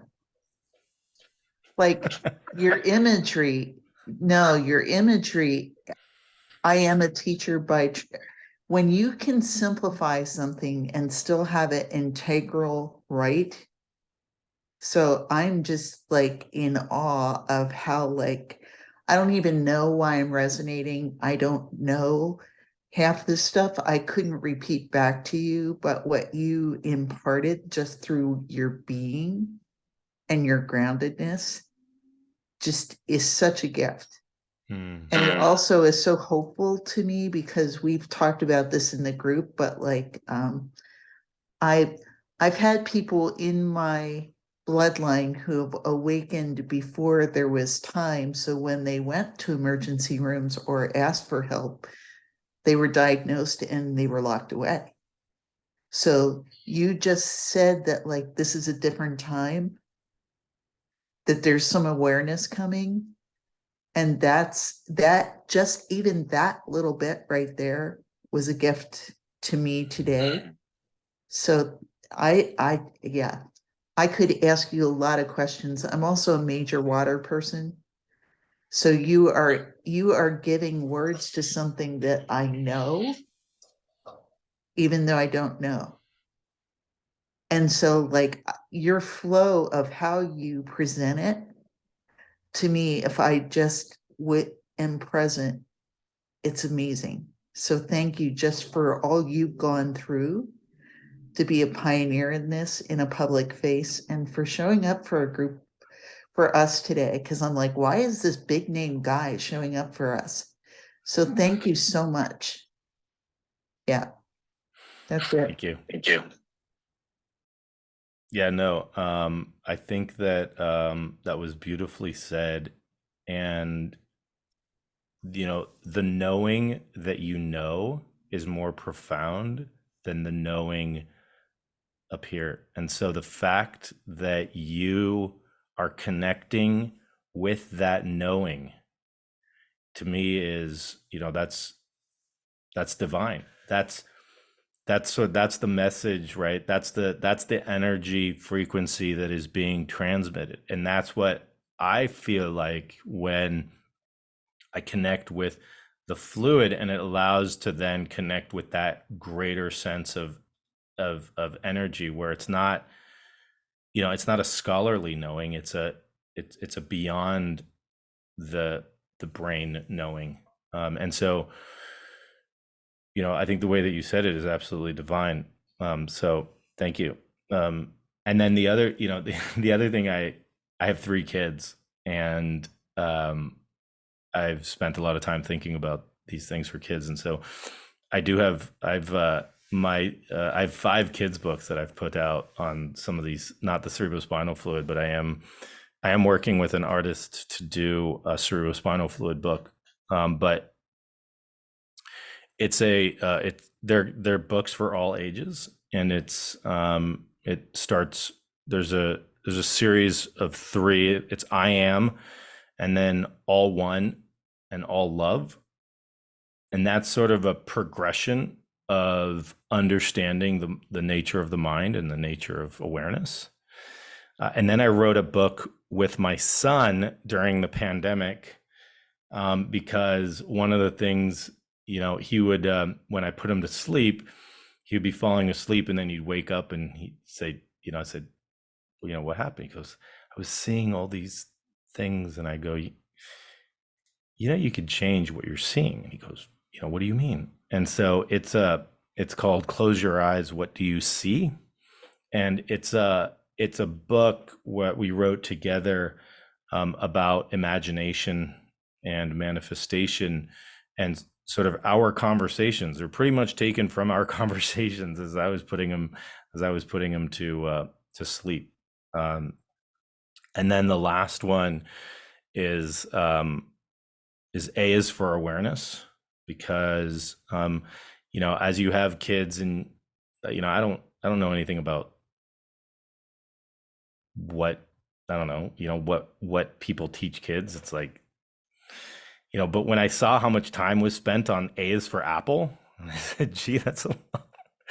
Or, how much time we spent on like trying to get them to figure out how to draw letter A or the number 1. I'm like, wow, we spend a lot of time getting these kids to like recognize what an A or a 1 is. And I'm like, how much time have you spent figuring, thinking about awareness or what awareness is? And so, it's one of those alphabet books, but it's A is for awareness. And it's got, we went through the most common words, from A to Z, and I use it for people of all ages, essentially. And my son has read it now about 10 times, and there were a lot of words he didn't know. But what we did is, as we read the words, we looked up the definitions together, and now he's got that, even that sense of. So I encourage, instead of A is for apple, B is for boy, C is for cat, stuff like that. If you do have kids, or you have like nephews or nieces or grandchildren or something like that, it's never too early to start to, ask them what they're feeling, what they're, do they notice their thoughts, as opposed to are they in their thoughts, things like that. So I tried to, like what you said, like trying to explain it. I've tried to make it, and my daughter and I are considering writing a book on the we are all stardust kind of concept, and because she actually came home, and and she said, did you know we're all stardust? And I sort of looked at her and goes, what does that mean to you? And it was a really curious response. And so I was like, wow, all right, if you have that understanding, let's really put it together scientifically. Because scientifically, if you talk to neurophysicists or astrophysicists and stuff like that, everybody who's considered this absolutely knows that we are stardust. But what does that mean, and how do we actually have a relationship with that?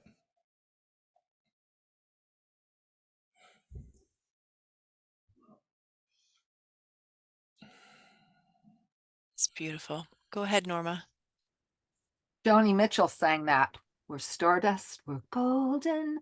We got to get back to the garden, I the garden gotta. of the river of life. I loved what you spoke, that we all are a river of life and we can flow this beauty to each other. And it's through, our imagination, through our heart center, which, when we have heart mind coherence, which obviously happens with the meditations that you do, that Susan leads us into, that, our source, our God source leads us into, it's like miraculous. And personally, when I've been in states of ecstasy or meditation, or just I don't know, just letting go of everything and being in that place of just receiving, my pineal gland opens up and I can see just such outrageously beautiful things in the most heavenly colors.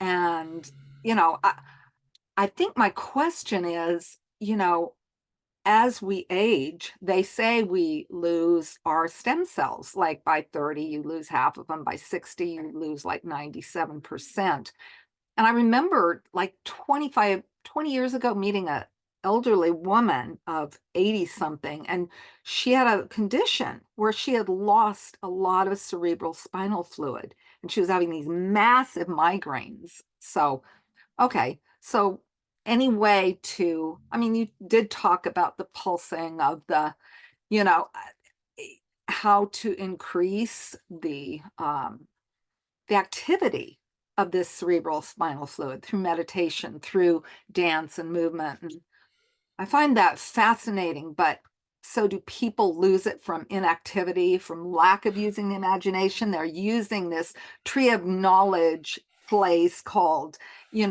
just try to figure it out with what you've already known rather than just receiving. I don't Yeah, know. yeah. I mean, I come from um, I'm always like a never a one size fits all. So it's really like what resonates for you. But if you imagine, right, like I'm what's called a physical medicine and rehabilitation physician. I look at, physical functioning in people, in elderly who have had strokes or spinal cord injuries or brain injuries, and um, and even if you had a knee injury or something like that, and you got a wheelchair, and you sat in that wheelchair and you never got out of that wheelchair. We have people that we see in clinic, unfortunately, who have been in wheelchairs for years and have never gotten out. And their legs, right? They can't bend their knees anymore. So if you don't move a joint, it's going to stop moving. Now, what moves you is that's the inward inquiry part, right? What moves you? Is it breath work? Is it humming? Is it chanting? Is it movement? Is it doing yoga? But finding something that resonates with you that you can do to maintain the fluid in motion. We know that, for instance, breath work does it, right? So if that is good for you, if you like that, there was just research that came out of MIT, and this is gonna, this stuff is gonna explode, because you're gonna, I think of it as like,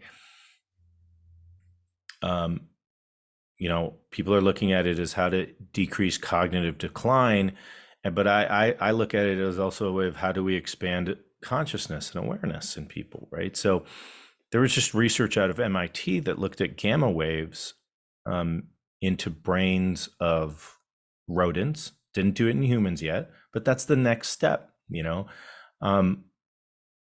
So gamma, 40 hertz brain waves. And if you look on YouTube, you're going to see 1,000 videos of 40 hertz YouTube sound waves, right? So sound, the Monroe Institute or HoloSync has got CDs that you can get, that you can listen to, that entrain the brain, binaural beats and all these sorts of things. But it just literally just 3 months ago, they came out with 40 hertz in rodents, increasing the flow of the cerebrospinal fluid. Now the next phase is going to be looking at humans, but it's sound, right? So sound waves. People have looked at ultrasound. So, imagine you've probably had an ultrasound if you're ever pregnant. You probably had an ultrasound of your belly, or maybe if you're abdomen. Some people do it for musculoskeletal issues like your shoulder. Maybe you've had some therapeutic ultrasound where it's essentially sending energy. We can do diagnostic ultrasound where we can get an image back. But they're putting ultrasound to people's brains and heads to try to increase cerebrospinal fluid. They've done, when you go to some of these conferences on altered states of consciousness, you can see strobe lights, right? So people using strobe lights, or if you go to, Coachella concerts or any of these sort of concerts out there where they're affecting states of consciousness. You'll put on a thing, or there'll be a light right in front of you and it's strobing, and they'll say, be careful if you have a history of seizures or epilepsy or anything like that. But yet there was just research that showed that, strobe lights, so this visual sensory input that's repetitive, will increase it. Now, do I recommend? No. I mean, I have no interest in strobe lights. You know what I mean? Like, I don't, that's not my thing. Do I have an interest in sound? Yes, I do. Music, sound, vibrations, humming. You can hear me humming all day long, pretty much. Do I do it because, no, I just enjoy it. But do I do it with an accentuation because I know that it could actually be changing the resonance of my cerebrospinal fluid? Absolutely.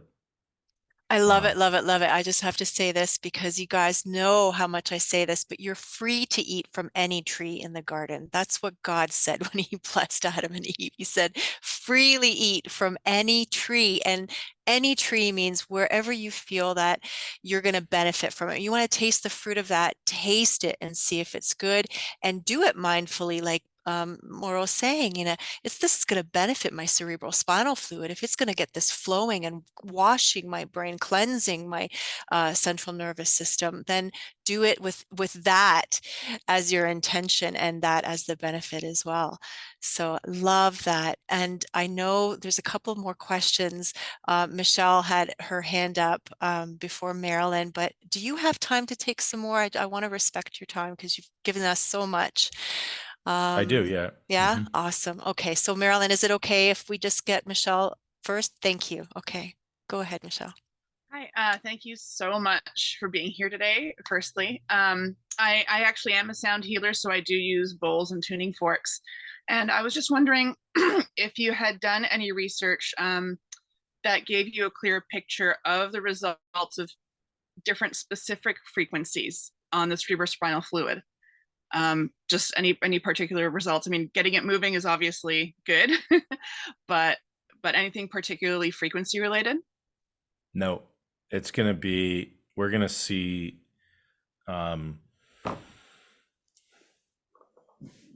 this is going to become, this is just going to open up an entire can of worms that we're going to go down, and it's going to be incredible and amazing. And so,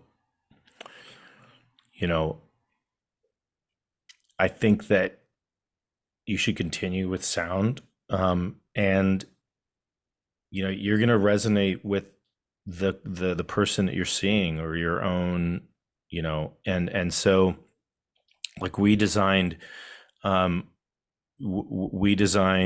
sound machine that has 8 different speakers, and those speakers actually create resonances coming out of the speakers and also pulsations, and you put those at different parts of your body, with light that comes out of that is connected to the chakras and the frequency wave of the chakra. If you have tuning forks, or you have crystal bowls at different frequencies or different notes or different hertzes, right? Take the tuning fork, put it by your ear. What is it? Do you cringe or do you go towards it? I would encourage you to go towards, to find the ones that go towards you. But what we're gonna, what I think is gonna come out is, for instance, this was the first one where, they looked at the gamma wave specifically. The gamma wave is it's a specific brain wave that can be found in the brain under intense focus and concentration, and in certain states of meditation. But some of the other, alpha and beta waves can be found as well in relaxed states. And so,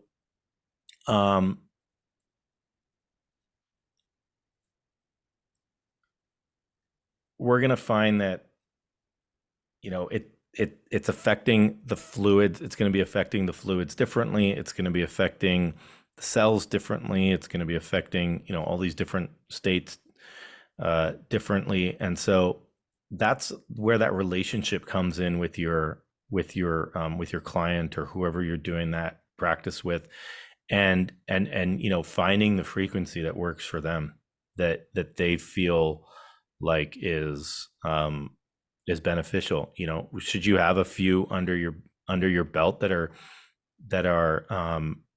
sort of global? Yeah, sure. Right. But then, expand beyond that and have the ones that might be client specific or even condition specific or something like that. I don't know if that really answered your question, but yeah, I mean, I do generally go by feeling or intuitively yeah, what that's it at that moment. I was just curious to know if there had been anything in your research that just the gamma one right now, 40 hertz. Yeah. Okay. Thank you. Yep. All right. And Marilyn, we'll take one last question. Thank you. Well, I'm thinking of someone who has severely Down syndrome and has other complications, sight. And so their hearing is extremely sensitive. It happens to be one of my grandchildren. I'm just wondering if you've had any research or whatever that it's worked with people that are serious, neurologically deprived in that manner. I have not, no. Okay. I would, if they are sensitive, getting earphone, do they use headphones? Oh, Okay. yeah. And then if they can follow directions, I would start with the breath. Can they inhale and exhale on by instruction? It would be a difficult thing. She really listens to Christian music almost Okay. all of it.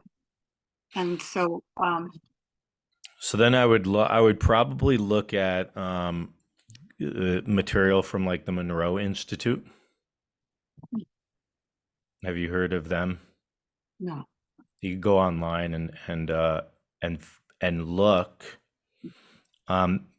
This might be one of those things where you may want to vet it first yourself and see kind of, or if it's your son or daughter's child, have them do it, and see, how they feel and if they feel it's appropriate or right. But even probably the music she's listening to now, the words and the sounds and the resonances are, they may be affecting her in some way. If she can bring in the breath, or you see her changing the breath, even putting your hand on her chest and having her breathe into your hand or something like that as she's listening to the music. But specifically, from like a therapeutic perspective, I'd look at some of the things from the Monroe Institute and see if anything kind of pops out at you. Okay. And likely also, I was just thinking of a rebounder. Yeah. The movement. Yeah. Does she? Absolutely. Could she do that? But she doesn't use it very much. So maybe I need to encourage. Yeah, no. Yeah, the rebounder has got, it's got benefits beyond, that's another way of, even in the in the elderly, trying to maintain just, just the fluidity. Sometimes it can be difficult to do, balance is off, or, we don't want them to fall and obviously cause a brain injury from it. So that's why it's a little, it's a little bit more difficult to recommend. But yeah, rebounders are amazing from all walks of life. Right. Thanks for your input. Mhm. And I just wanted to say also, Marilyn, when we heal ourselves, we just somehow have an effect on those around us and those who are close to us. We just energetically are able to be a light to them that they can then they just shift. We don't even have to say anything. I know for myself, I talk about it all the time, but for my family, my kids, I do most of the work in regard to, doing the breath work, doing the meditation, doing those kinds of things, and they don't engage in those things. But I have seen such tremendous shifts in them. They have anxiety and various issues. One is on the spectrum, diagnosed, and all these things that we would perceive to be challenges and barriers to a fulfilling life. But you, as who you are, and knowing what you know and doing what you do, have an effect on your family and those around you. And as you engage your intention with, that person energetically through the spirit, I'm thinking of Arthur Burke and the Blessing Your Spirit series that he does, you can just change that flow where that person is not doing it for themselves because they're somehow stagnant in that water, and you can begin to flow into them, flow that life force energy into them, so that that begins to move that life force energy within them. And just like Maura was saying, if you put your hand on them, you're actually physically engaging on a tangible, material way to be able to let that flow through them as well, with your daughter, with your son-in-law, daughter-in-law, however that dynamic is that affects that person. You can do that starting with yourself without even worrying about whether or not that person is able to do it for themselves. You will be the change and they'll feel it. So yeah, thank you so much. Are you frozen or am I frozen? No, you're there. Okay, good. Thank you so much for being who you are, for changing the worldview and the perceptions of, of mysticism, of science, of just spiritual things. Thank you for being that mystical scientist that you are, and merging these worlds and helping us to be able to change really the course of evolution and how we're all processing these huge energies and bringing that knowledge and that balance. So and thank you for engaging with us today. Thank you for taking the time. Like Joy said, this big name guy who's being so humble and gracious and giving of himself to us. We do appreciate your time and the information that you shared with us. I know it's going to be very beneficial. Thank you, Mauro. Thank you. Thanks for inviting me. Thank you. Oh, yeah, it's my pleasure. And you can just sign off whenever you'd like to. I just want to tell everybody I'm going to be sending out the recording to those in the Embodied Life. You guys will be able to download it, but for those who are not in the Embodied Life cohort currently, the replay will be available to you for a week. Unfortunately, it won't be downloadable, but you can replay it for the next 7 days and extract the wisdom that was released in that.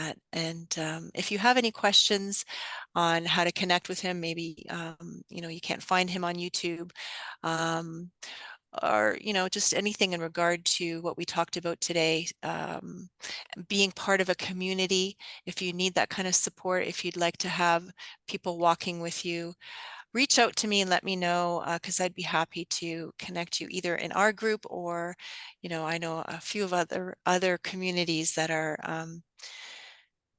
merging spirituality and mysticism and being lights in this world with science and engaging in their relationships on a daily basis in the world. So reach out if you need to, because somebody is available to connect with you and walk with you. You're not alone. So thank you so much for coming. Blessings, blessings, blessings to everybody. Mwah. I love you, and you're free to go. For those who want to stick around for a bit, I have some time, so I'd be happy to engage with you if you want to. Thank you, thank you. Shalom. Shalom. Ah. Wow, thank you, Susan. This was outrageous. I've Yeah, listened to them a lot before, and just to have it so personal yeah, and present and able to address our heart issues or questions, and like it comes full circle into the knowing of what we already know, and even things that we don't yet cognitively know, but we know here. yeah, Just wow. yeah. Yeah. I agree. Just wow. I love that he is very humble. And, we talk about all the time in embodied light, just to be gentle and patient with yourself and humble. And he really is. He embodies that. I mean, if you ever wanted to pick a doctor who was able to work with you on your issues for whatever reason, he would be my choice. He would be my number one choice. Because he really is the embodiment of that spirit of Christ, in my opinion, even though he may or may not align with that worldview. I don't know, but he is a manifestation of that beautiful energy, that beautiful spirit, of the healer, of the come to me all who are weary and burdened, right? And take my yoke upon you and learn from me, for I'm gentle and humble in heart. So yeah, I'm very grateful that he would take the time to share his presence with all of us. So it's good. And I'll see if I can get that information about that awakening awareness course that he was talking about on YouTube, because I think that would be a really beautiful thing to engage with. Sylvie, yes, my love. You have your hand raised? Yes, hello everyone. I just Hello. want to thank you. I really enjoyed. It was really amazing. Thank you. Like Joyce said, he really had this gift to put across because he lives it in his heart. So it's not just head knowledge, it's heart knowledge. Yeah. So it was really yeah, because I'd like to maybe meet him because I had a chronic sickness and actually it took me a long time, but Mm, I believe I was healed mm, because I received the power of God. And then unfortunately, I had what I think was an attack and I'm in the wheelchair, mm, but I can move my legs and so forth because I meditate a lot mm. and the breath work. And it's interesting what you were saying about connection because I discovered that we have gold in our body Yeah, wow. in 7 places, Mm. and our heart is a vortex. So when you have the gold and the water together, it can reconnect and cleanses us. Mm, And we are truly, what I like about is that we are fully equipped. We have the mind of Christ, mm. and each and every one of us, we are, I call it a treasure. We are the treasure. We have it, and it's to us to, uh, like electricity took a long time to maybe be discovered, but Right. it was always there. Yes. So we all have the answer within us. And I'm Mhm. saying this because with sickness, especially when there's no cure, it can be overwhelming and Mhm. fear. But I know that my genes are not my destiny. Mhm. And it's really about our environment and to stay with like-minded and to enjoy the journey. Joy is very important. I Beautiful. just want, and it was really, yeah, I felt very at peace. I like you say, Susan, it's Mm. very humble Mm. and just to, so thank you for having me. I was Oh, invited by a friend, so beautiful. I might join. I actually live in the UK, so Oh, so it's evening for you now. It's yeah, nighttime. Yes, but it yes. was really enjoyable. I thoroughly enjoyed it. I Oh. didn't think I would understand everything, but it's like I think the Lord was here because Yes. it was yes, it was done in a way where everybody can understand. So Yeah. that's really wonderful. He really fed the sheep, not the giraffe. So Yes. that was really nice.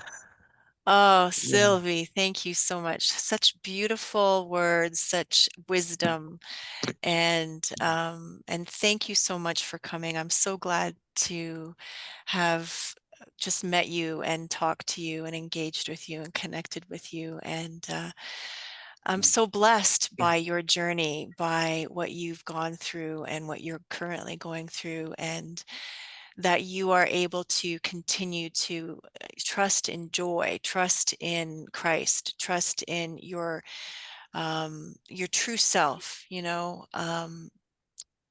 in spite of the tremendous challenges that you face and have faced.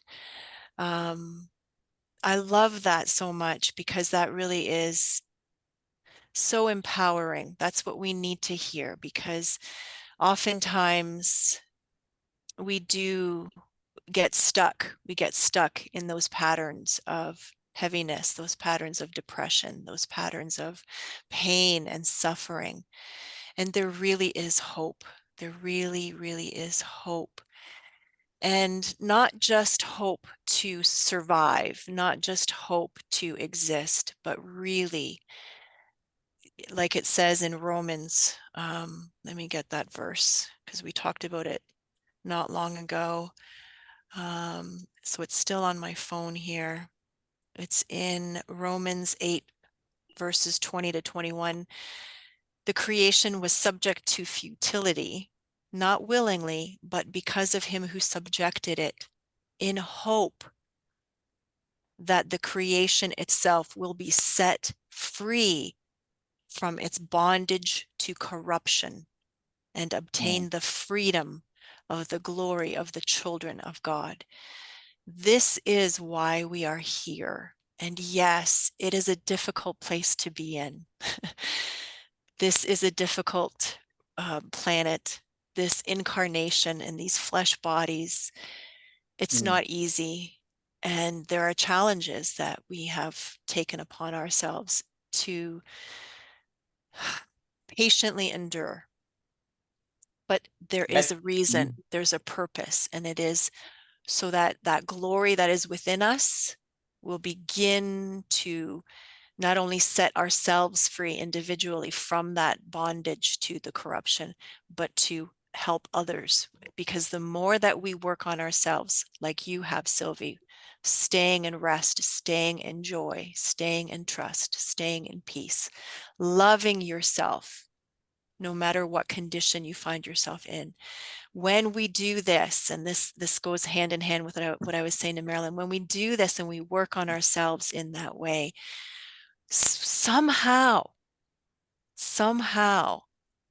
that sea that connects us all, we're those little starfish working on ourselves, mhm. but then we connect with all the other little starfish, and somehow these little starfish, we're all holding our hands saying, wow, wow, we've got one another. We're actually bigger than what we know.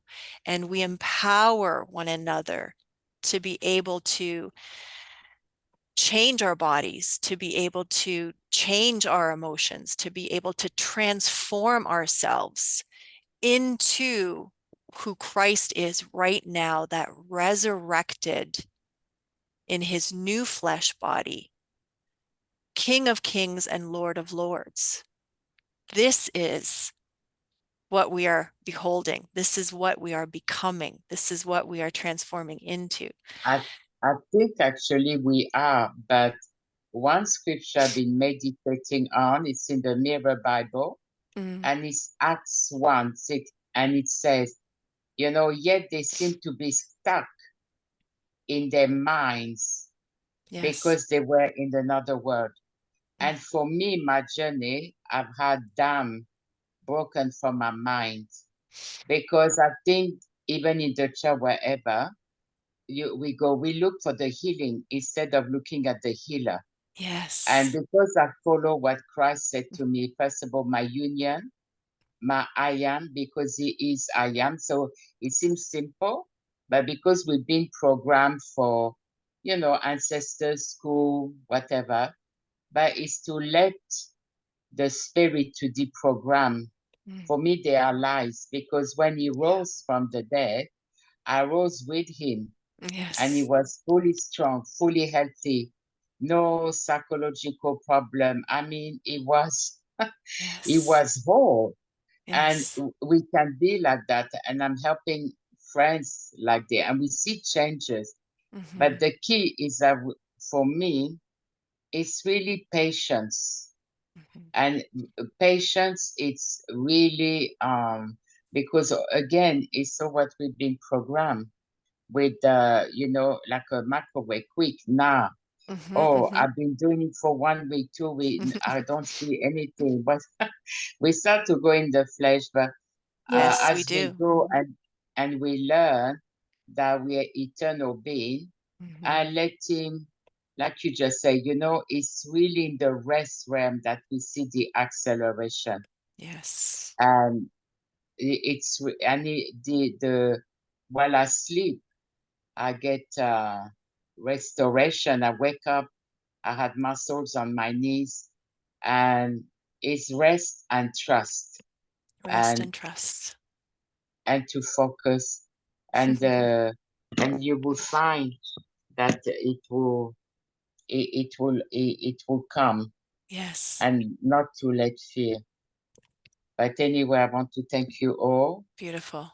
You're a lovely group, and I'll Thank you. ask to join with Angie, my friend.